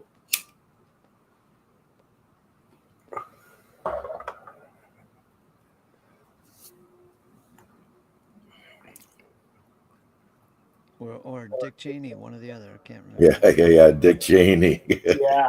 Yeah. Took his buddy's face off. Teach him a lesson. I guess he was going to vote against him on something. Mm-hmm. Oh.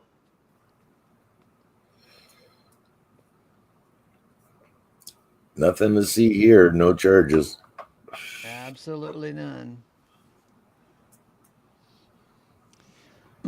And I think other people have mentioned this to me. In the history of modern day warfare, like with Second World War and so forth, they'll bomb Tokyo, not Tokyo, but Hiroshima and Nagasaki, but they won't bomb the emperor's palace. Right. They didn't bomb, they knew where Hitler was, but they didn't bomb that. They bombed Dresden. It must be a club, you know, Yeah. and the rest of us Yeah. plebes are just I, expendable. I think it was started with what's his name? The British guy who took over the monarchy in the 16th century, Hmm. Cromwell, right? Because as soon as he took over Britain, all of the heads of all of the countries in Europe went and had a meeting with the Pope, Hmm. right? So I think it was kind of like, hey, our common ground is we want to all be leaders. Right, and we don't want to kill each other, just our Right. own people. We'll kill our own people, but not each other. Like, I don't think Buckingham Palace got any. I know when they bombed London, but they didn't bomb Buckingham Palace. Right, right. Like they didn't know where it was. Yeah. Because they're all having dinner next week together, right?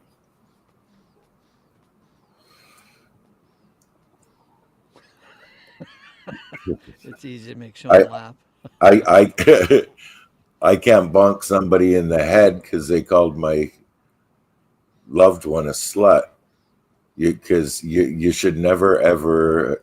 I've been told many times in court that violence is never the answer. All right, yeah. But then we're gonna send all of these suckers to kill each other so we can keep the money in our pockets. So how about if you guys decide this is so important we're going to go to war for it? How about you Let's have guys go just have a a fight? MMA match between the president and the emperor of Japan. That would be Right. Yeah.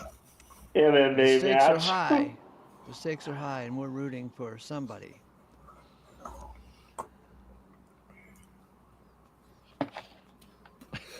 Violence is never the answer. Well, in my drunken state, I thought it was that night. Stakes are high, and so am I. Feel the air tonight. It's a free for all. Ted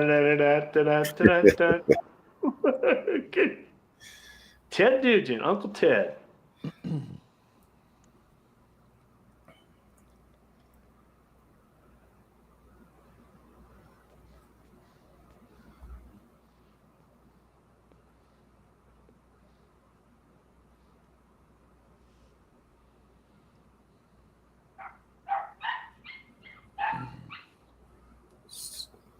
Stop beating that dog. I know, man. This really wild stuff happens out in front of my apartment complex. Somebody's trying to catch dinner. Yeah. Oh, you don't live in my neighborhood.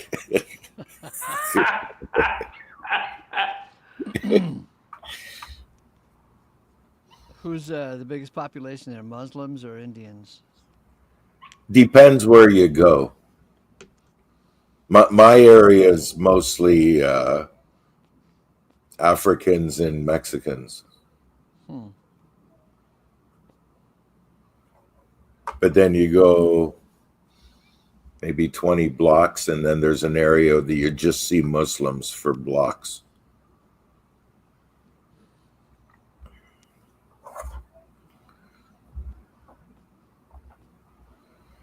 And then there's one, used to be a really nice city, and now it's mostly just Indians. It's called Brampton. Say that again. It was a nice city, and what?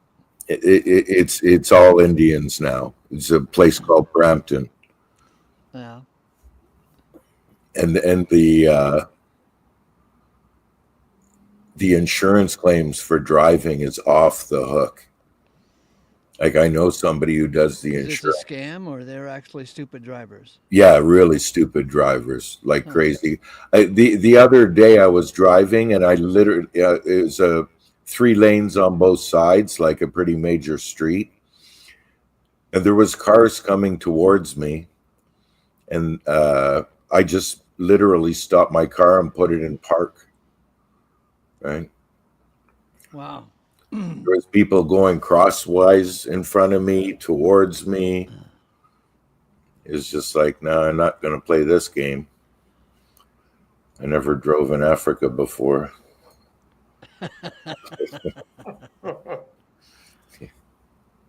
Scary thing though is they drive the trucks, and there's been a lot of big accidents, a lot of people killed. And before, like when I would go fishing on Friday nights, I'd leave at 10 o'clock at night because I wanted to be on the road with the truckers back in the day. Mm-hmm. Right, they were so professional, such good drivers. Right, no, not so much.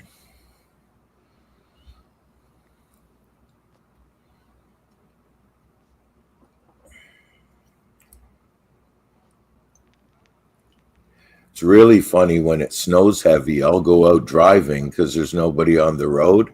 Yeah. And the last time I did it, about a month ago, I get out there. There's maybe 6 inches of snow or so on the road, and I'm just tooling around. I get around the first corner, and I see 3 different single car smash ups. I guess driving in snow is a bit different than driving in sand, I guess. And driving in sand. It's incredible, though. Like you think people would panic and stop instead of speeding up or something, right?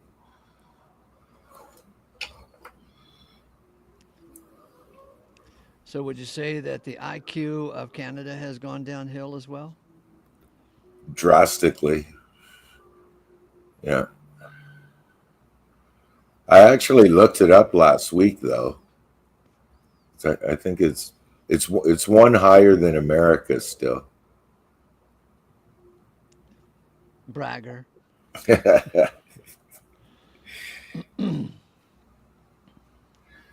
But I think if they redo it, it'll be different. In the bank the other day, it was me and 57 minorities. Whoa. How does that work? Just Whoa. me. And the scary thing is that like I'm like 5'11" on a good day, and I was the tallest person.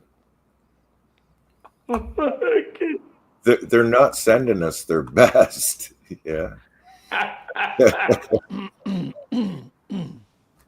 I guess that's why Canadian basketball is going downhill.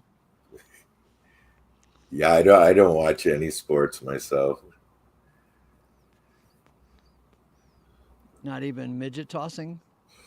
Oh, if it was, yeah, as long as it's not in Olympics, because they're not going to watch the Olympics. I like watching reruns of Formula One.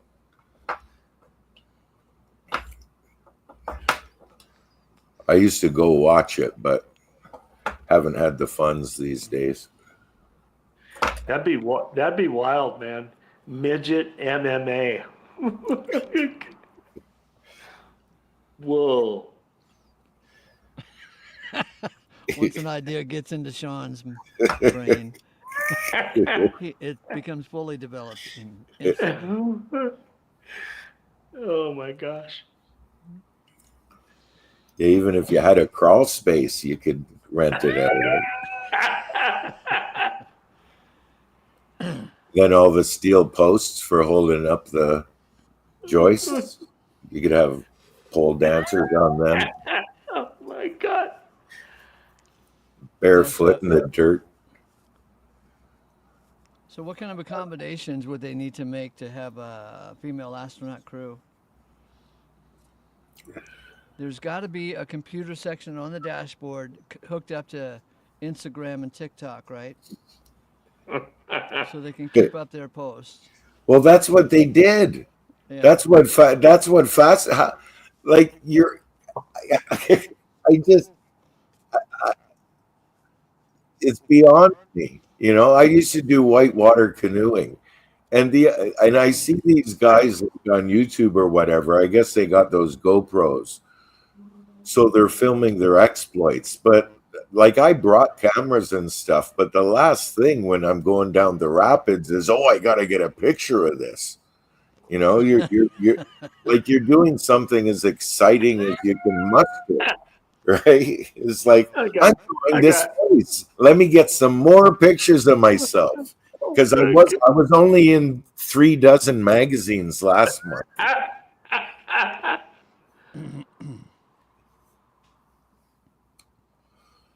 And 2 piece of crap movies. Like their narcissism and greed.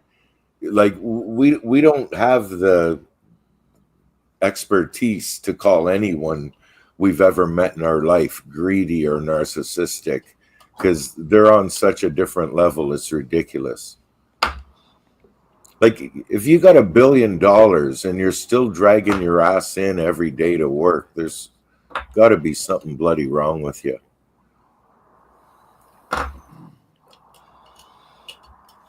What's the streetcar named Desire guy? Apocalypse Now. Sean, Which one? Brandon. the horror. What's his name? Oh, Marlon Brando. Brandon. Yeah, when I was like, I don't know, 12 or 13, I found out that like that's when he pulled himself out of Hollywood, right? And he went and bought a freaking island in Tahiti and had all these naked Tahitian chicks waiting on him hand and foot. And it's like, I don't know who the hell this guy particularly is, but he's my freaking hero, right? Like you got that kind of much money, like why? And then remember they paid him some crazy sum to be in the Superman movie, and that was the first time that he did a movie in years because he would have to get off of his Tahitian island with his naked Tahitian chicks.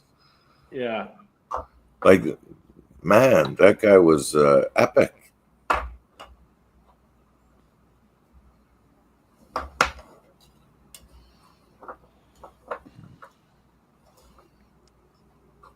That was a good movie though. Apocalypse? I thought it was well done. Oh, it was fantastic. Yeah. That was a De Palma film, wasn't it? Brian De Palma, Yeah, the director. Mm. think so. There was a spoof movie that came out in the early 80s, and it mimicked the epic journey of, going down the river. And the spoof movie was called Pork Lips Now, 99 cents a pound. And it was an epic journey where they got in this convertible car and they were driving real slow to go to Chinatown. And, they were looking at all the weird Chinese people. They were going to buy pork lips. Pork That's lips funny. now, 99 cents a pound. And it was starring one of those Sheen brothers, Martin Sheen or Charlie Sheen. Okay.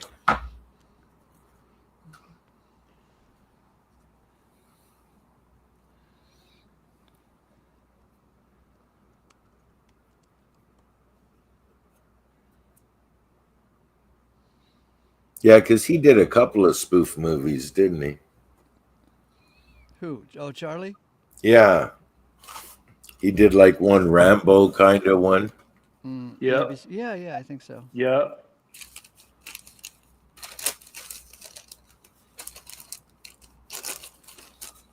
Did you ever see Naked Gun before? Leslie Nielsen is freaking hilarious. With, The airplane movies, the Naked Val- Gun movie. Val Kilmer was in that Oh, Naked Gun. okay. Yeah, it was awesome. I like Leslie Nielsen. He's freaking hilarious. Oh. Ladies and gentlemen, I'm the director. I'd like to make just a few brief comments before we start. While you're watching the film, I don't want you thinking about the $40 million that were spent on the millions and millions of feet of film that was shot over a period of 4 agonizing years. Just put that stuff right out of your mind. It's all in your program anyway. I think it's, volume 7. I especially don't want you thinking about the analogy of the story to my own life. The fact that I risked my personal fortune and professional reputation to make this movie, and that I, too, was making a voyage up the creek without a paddle. Well, don't be thinking about that stuff. Just relax and enjoy the film. By the way, the running time is 7 hours and 29 minutes. Thank you.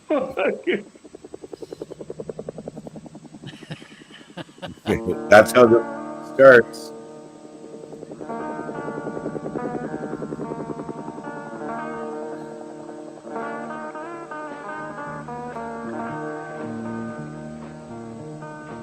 This is the beginning of the film, my friend. Oh my God.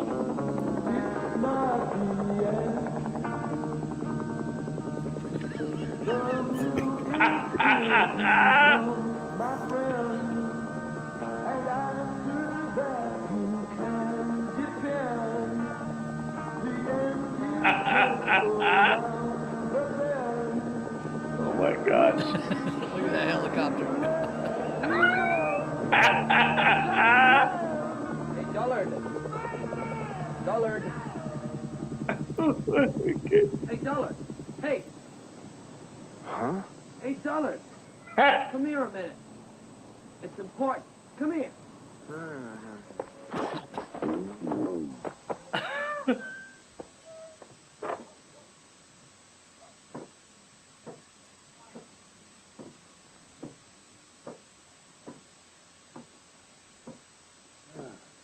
Dollar.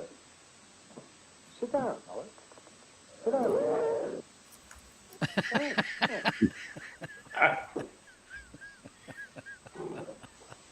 Happy 4th of July, Dollar.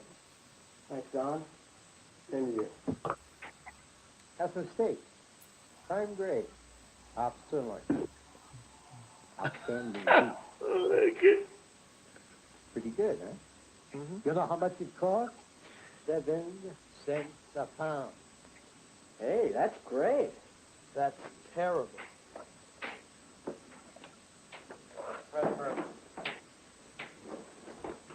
Fred Mertz.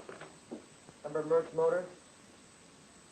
Well, he abandoned his dealership suddenly, and he turned up in Chinatown. He opened a butcher shop. Since then, his methods have become Unsound. Unsound. So we, as representatives of the Meat Cutters Protective Association, have elected you, brother, to go up through the Chinatown system. I'm and what? What he means is you go in there and you find him and well, you know, Find the Mertz and get my drift. you find him. And when you find him, you take care of business, you know? Okay, Mertz. You know what we mean, don't you? Well, what we're leading up to is you go in there and you find him. You find Mertz. You go up there through then- the Chinatown gate. You find Mertz, and you... Through the gate. Hey, what are you guys talking about? Suburbia. Shoot. Just when you think you'll have a quiet weekend, you get the charcoal going just right. Something always comes up. Hey, jump on in. Hitman? Mm-mm. I'm Flick. They call him Cook. I'm Rick. They call him Cook. Where you headed? Oh, just uptown a little ways. Chinatown.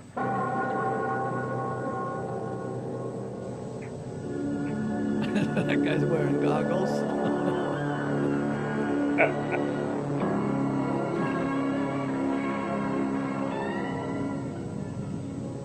I was given a lift in a '63 Pontiac. A makeup convertible, pretty common to the street. And that was fine. I could use the fresh air and sunlight. Only thing is, I wouldn't be alone. Slick, or Cook, the driver, He was a rock and roller with one foot on the gas and the other on the brake. And he was cruising for a bruising. And the skateboarder, Rick, the one they called Kook. Doesn't that look like well, Apocalypse he wasn't Now? playing with a full deck. Yeah. One boat Oh chasing yeah, look another at boat. this. Look at this guy here behind him.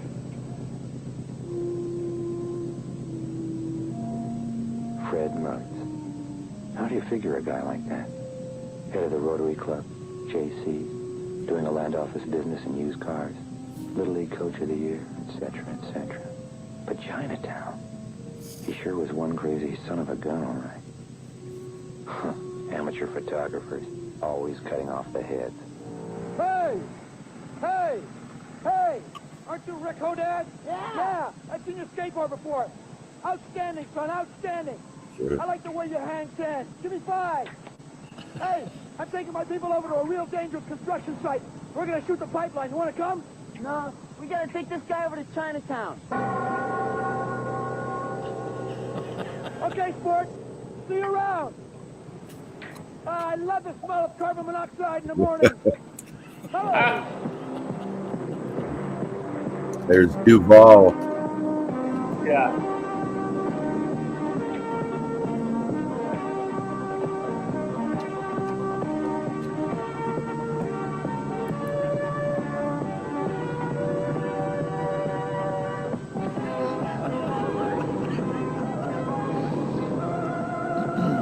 Boys and girls, this would only make sense to you if you've actually seen Apocalypse Now.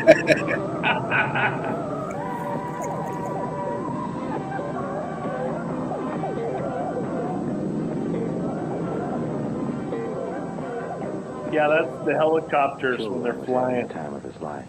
But with wackos like him, I wondered what the big deal was about Mertz. Smile, smile, like you were acting. Look at the camera. Wait, look at the camera, like you were acting. Come on, smile, smile. Oh, yeah, I Wait, remember slow this down, slow down. guy. Wait, look at the camera. Smile, slow down. Wait, come back, come back. Slow down, slow down. I was going to Chinatown, and I don't even like Chinese food. What would I find when I got there? Would I find Fred Mertz? And if I found him, would I feel like finding him again in half an hour?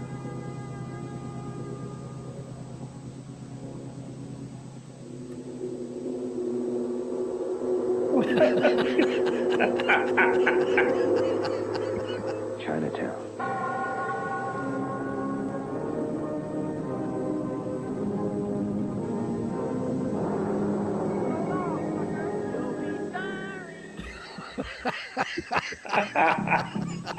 You know what? It'd be really funny He was close. if you send one of your friends or relatives on an errand and you take a bunch of paper and tape it together so it's a really long map and give it to them.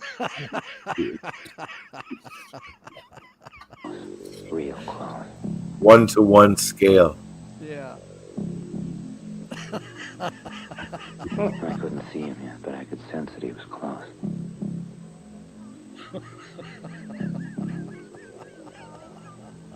He was so close you could really feel the closeness.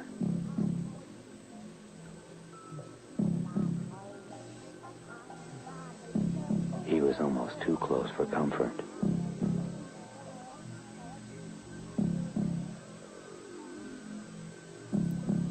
Boy, was he close now.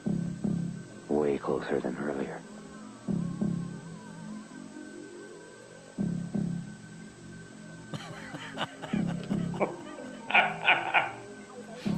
Mertz. Hey, man, hey, hold it. Hey, American, France, let me get a shot. Hey, got it. You went there to see him? He's in there. He's in there. But he's out there. No, but he's in there. I mean, he's really out there. You know what I'm saying? I mean, the other day he stopped me and he said, I mean, he's a poet and he don't know it. He said to me, you know what dog is spelled backwards? God. And that was his way, man. That was his way of saying, we're all dogs. I mean, we're dog caca. Dog weight. Come on. He'll cool it for you. He'll fix it for you. Come on in. I mean, I don't know what, he says things every day. I mean, this is the center of the universe. I mean, he's big. We're small. I mean, man, he's my main man. I mean, he's my chow main man. You know, it's marvelous. It's wonderful. It's doggy doo. Pork lips now.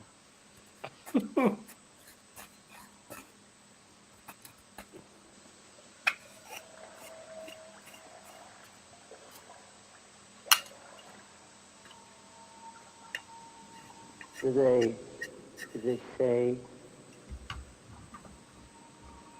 Dillard, Oh, Whoa, there he is. what? pretty good, eh? Whoa. Did they say, He thinks I'm going to tell secrets? He's getting nothing from me. you're nothing but an errand boy sent by butchers to protest the grocery bill? Wow, is this guy psychic or what?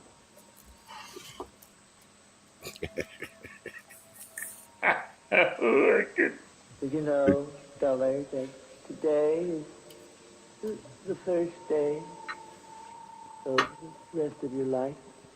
Oh, brother. This guy's a fruitcake.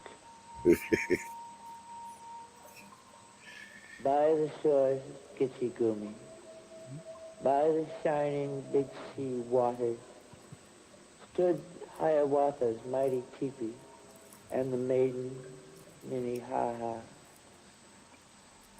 Desiderata, go quietly and make a noise and haste, and remember what Games people Games play. people play. Whoa. I had no shoes and trade until I met a man who had no socks. Think about that, Dillard. You're a better man than I am, Gungadin. I could have had class. I could have been a contender. I could have been... Oh, shut up! Hold on a minute, folks. Just a moment. It's me again, the director. If you'll bear with me just one moment. I've got a couple of... I actually kind of remember this scene right here when the camera goes crazy. I saw this in 1980. I haven't seen it in, 44 years, right? Wow. And I said earlier that it was Charlie Sheen, but that's not right. It's just some guy who looks kind of like Charlie Sheen. Right. In my memory. Yeah, he does look like him.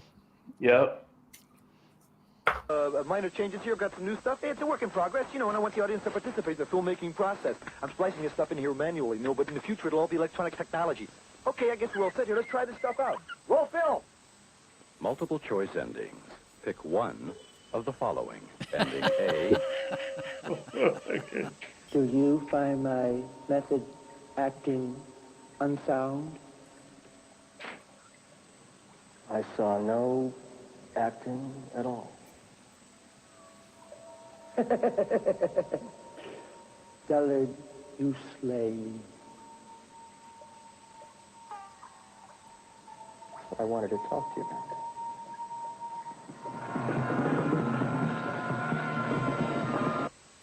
Ending B. I think that I shall never see a poem lovely as a tree. Dillard. Dillard. Dillard. We're not a very good listener, are we, Dillard? Well, I have been thinking of opening a head shop.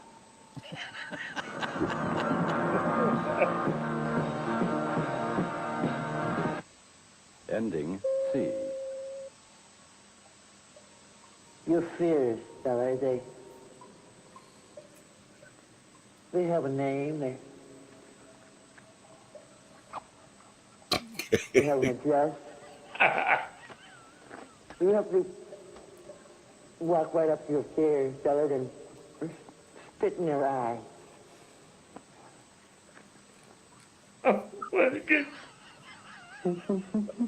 The Godfather.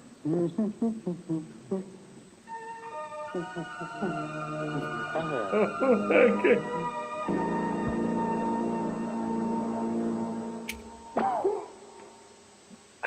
Okay.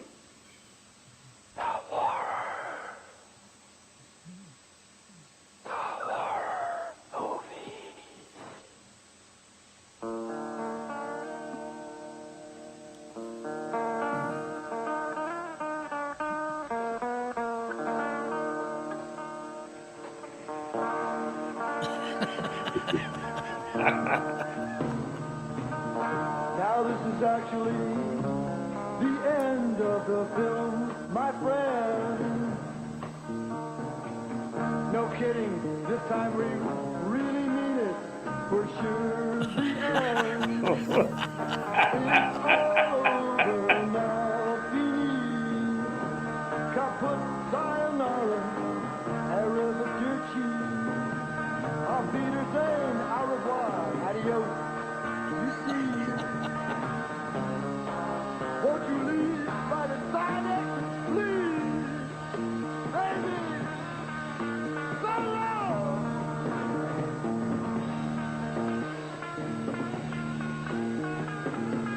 So long.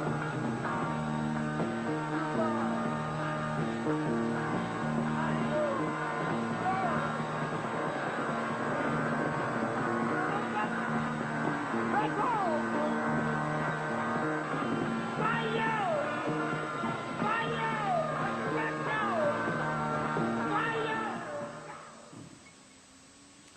And here's the fourth alternative ending, the new early programs for later this morning. We start at 9:25 with Sunday East, a magazine program of particular interest for Asian viewers, followed by a drama serial from Pakistan, Diware. Then at 10, The World This Week, our new current affairs program, which deals with world issues but not from the UK angle. Wurzel Gummidge is at 11, followed by The Waltons. Then at 12:30, there's an hour and a half of World Series baseball, the first of the best-of-7 series between the New York Mets and the Boston Red Sox. And with Pop's program at 2, that's the bright new face of early Sunday viewing, here on 4. But this is the tired old voice of Saturday bringing our proceedings to a close. I look forward to having your company tomorrow, but for now, from me, John Lipsey, and all of us here at Channel 4, a very good night. Whoa.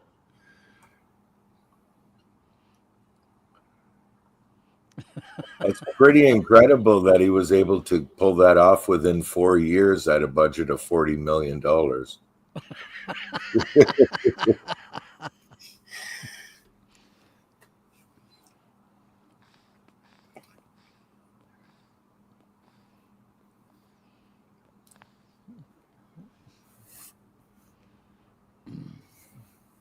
Would that be on that? Strikes me that theater show you used to watch. Mystery Science Theater? Right, that would be something that could be put in there.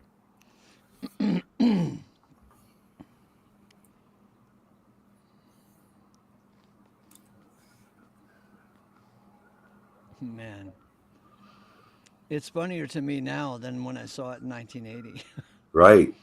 I didn't know the context, I didn't know the dry humor of it. Well, they nailed it pretty good, eh? Uh-huh. They got a lot of the little quirks out of the actual movie. How many times have you seen Apocalypse Now? I would suggest probably close to 20. Really? Yeah, the radio station I used to work for, they had access to the Cinesphere. It's a Dolby THX 70 millimeter, like really high end. At the time, there was only like 3 in the world. Yeah. And my buddy put the sound system in. It was 90 pairs of Bose 901 speakers. Wow. Right straight across from the back to the front of the theater. And the first movie I saw, because the radio station had like 3 months rent of it for the weekends, so they would show kind of hit movies. Yeah. And the first one they showed was Apocalypse Now, and we were all kind of waiting for the sound because my buddy had done the speakers, and it was literally like the helicopters were behind our back. Wow. And they came over our heads. And as they came onto the screen, it was like real. It was incredible. And everybody who walked out of the theater when it was finished, nobody said, when people walk out of a movie theater, everybody's talking about the movie. Yeah. Everybody was quiet because you felt like you just walked out of a war. Oh, man. It was really weird. It was like hundreds and hundreds of people, right? And it just quiet. You know what I like to say when I walk out of a movie theater? we're all, headed toward the exit. I go, hey, wow, something like that happened to my brother. No matter what the movie, it could be Aliens, could be Bridget Jones' Diary. I mean, wow, something like that happened to my brother.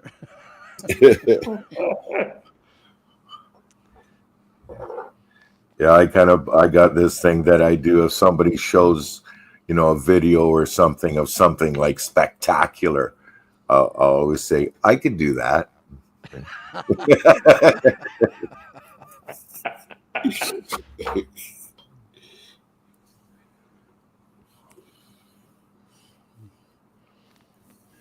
God made the Bible a comedy. We might as well have life a comedy Mm-hmm.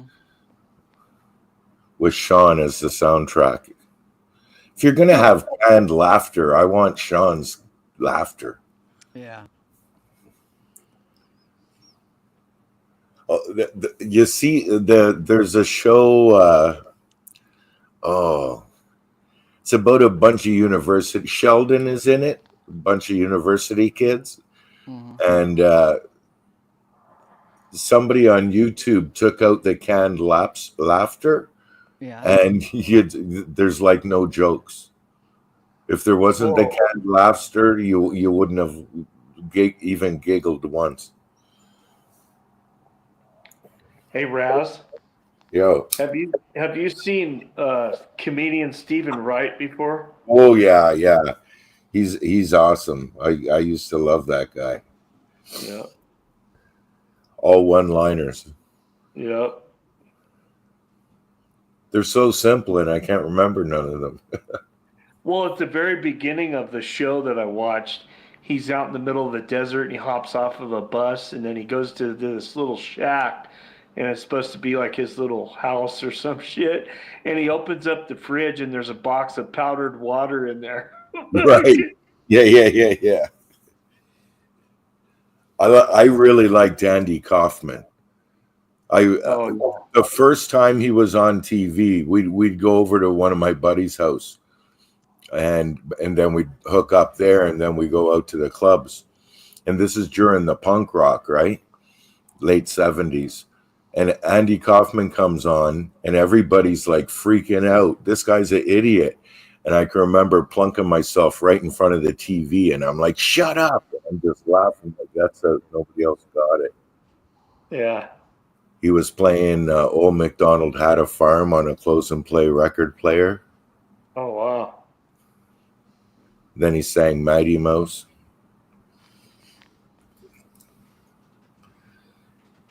What was the movie that he did that was real popular? The Man on the Moon or something like that? That was the Jim Carrey did the life of Andy Kaufman, like basically. Yeah. There was a song by REM, Man on the Moon. That's it. That's where they got the idea for the name of the movie. Yeah.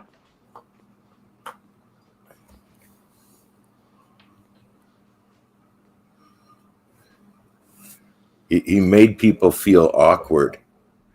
That's what I liked about him. When he was doing the female wrestling. Uh-huh.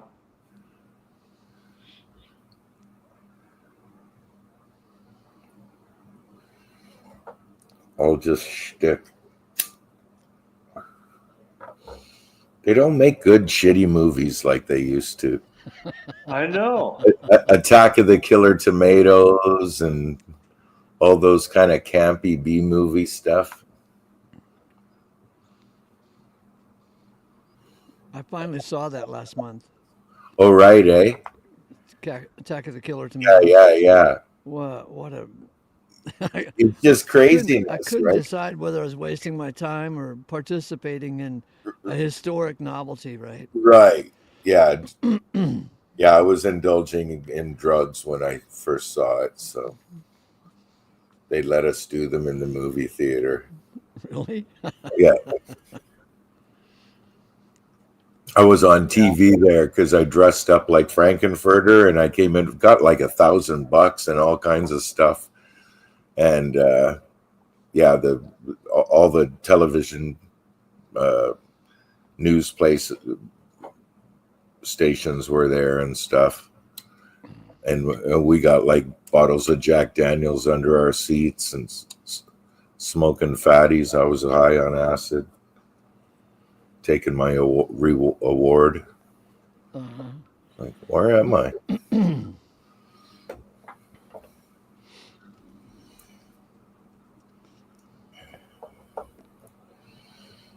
They pay like $30 a month or something, and you could go every night if you wanted and watch movies all night. Yeah, I remember I got an Article 15 one time, Tim, when I was in the military. And they gave me an extra days restriction or something to the barracks, and I had to paint the barracks, and it was an ugly fucking like a turquoise color. And so it was the very first time I took a hit of acid, and so we painted the barracks in with this aqua fucking blue shit.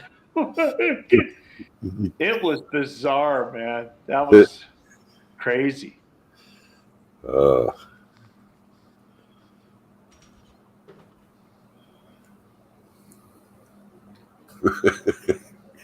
My buddy says I should get an IV and hook it up and fill it full of Everclear, and I could just plug it into my arm. I'm like, holy shit. Hey, Sean, do you know what's twice as good as Article 15? 30, Article 30. Yeah. Yeah, that would be that's for really bad shit.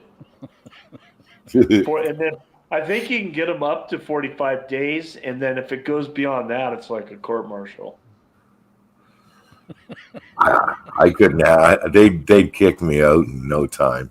It was 15, 30, and 45. What did you do? Seeing some guy's wife. Was he in the army too? I think he was, but he was off base, and I was drunk at his house, and he threatened me or something. She dressed up for me, and then both of him and I got into a fight, and then she drove off with another guy. So neither one of us. Yeah, and that's something. And then I went to the strip club, and when I came in the strip club, she was strip teasing the next night, and I went, "Wow, man, I'm just a fucking little peon." You did that guy a favor. I guess.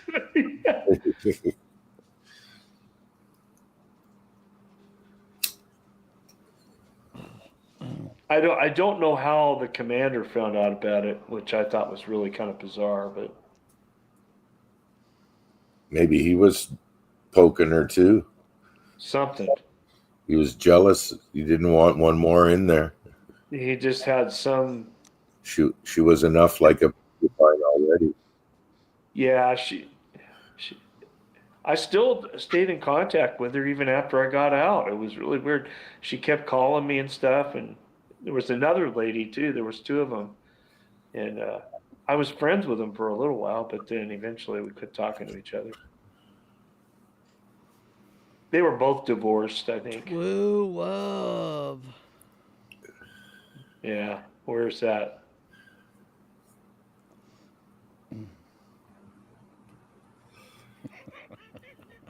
Fuck.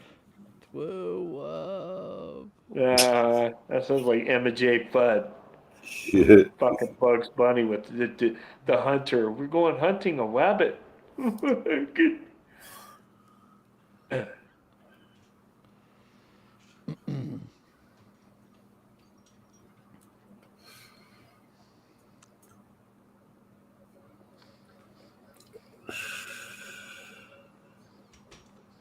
The whole.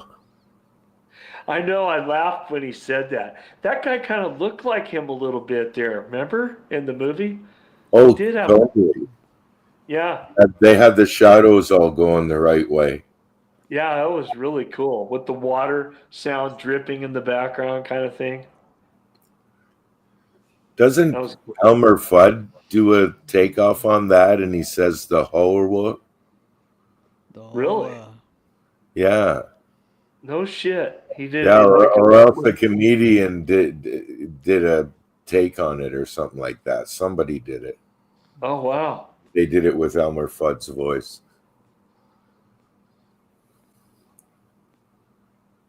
Yeah, that was funny when Ace pulled up the paint your wagon cartoon version. I didn't even know that existed.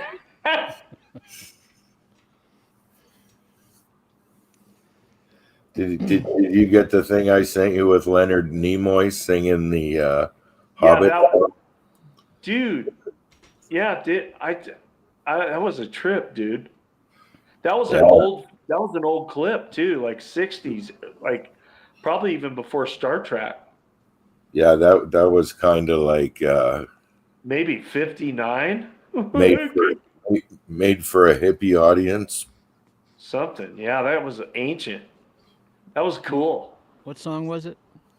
It was a song about the hobbits, and Leonard Nimoy singing it with a couple of chicks in a field or something.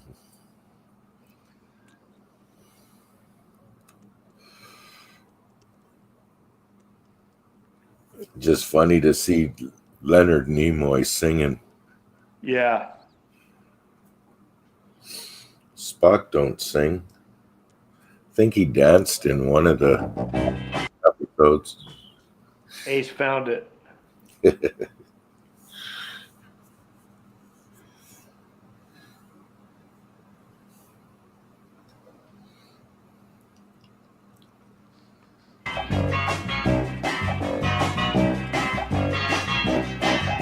the middle of the earth, in the land of Shire, lives a brave little hobbit whom we all admire. With his long wooden pipe, fuzzy woolly toes, he lives in a hobbit hole and everybody knows him. Bilbo, Bilbo Baggins, he's only 3 feet tall. Bilbo, Bilbo Baggins, the bravest little hobbit of them all. I don't know if I can listen to all of this. No, for God's sakes, Ace, you got to do some sort of psychedelic drug before you're going to appreciate that. Okay, let me take a breath here. Now, hobbits are peace-loving folks, you know. They're never in a hurry and they take things slow. They don't like to travel away from home. They just like to eat and be left alone. But golly, Molly. That's man. It's a long way off the U.S. Enterprise, isn't it? You've got the ears, Sean, so it had to be during the during the Star Trek series. Right.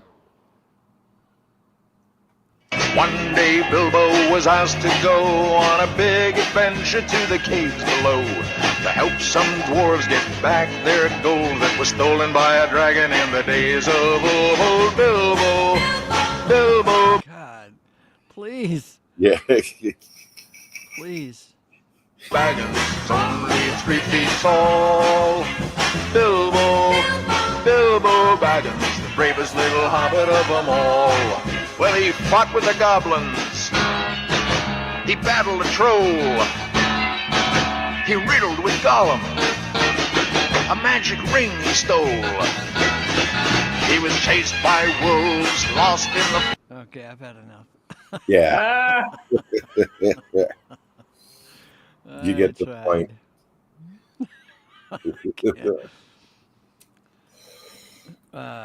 Romans 8:20 comes to mind. For creation was subjected to vanity,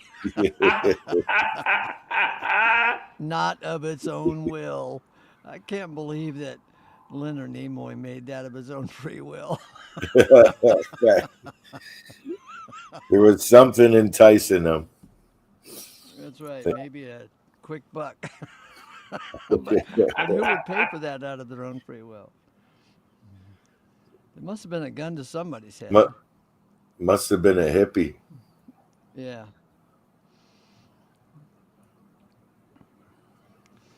I remember a cartoon from those days, a one-caption cartoon. All these hippies are standing around in the cartoon, and of course they're all dressed alike, right, with the headbands and the tie-dye shirts. And the hippie asked the soldier in uniform, "Why do you guys all dress alike?" Yeah.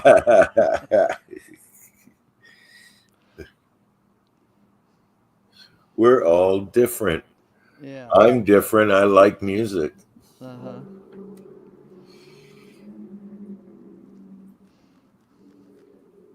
Oh, have you ever, Rasmo, have you ever heard of Graham Bond Project? What is it? Graham Bond. No, I don't It was believe.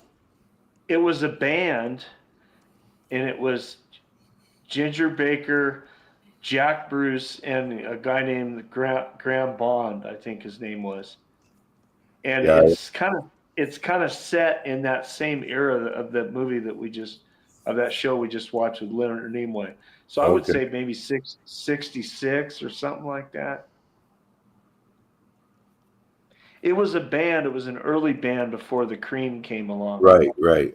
Yeah, yeah. And Jack Bruce is playing, because he was more of a jazz bass player guy, and then of course Ginger Baker, and they look really fucking young too, like teenagers. I mean, not like you would know them today, or well, not today, but like even when they were in their heyday. Ginger Baker was a drummer, wasn't he? Oh Yeah. yeah, an amazing drummer too. Really. Of course, he was a heroin addict, but he was one hell of a drum player. Okay, we'll end the show with Ginger Baker, boys and girls. Better get your fingers clicking on that link to come in for the after show and hang out with Rasmo and Sean Eagle and myself while we're here for small talk, big talk, and Grace talk. Thanks for stopping by and give me a thumbs up if you can bear it. And leave comments if they make sense or don't. Grace to you.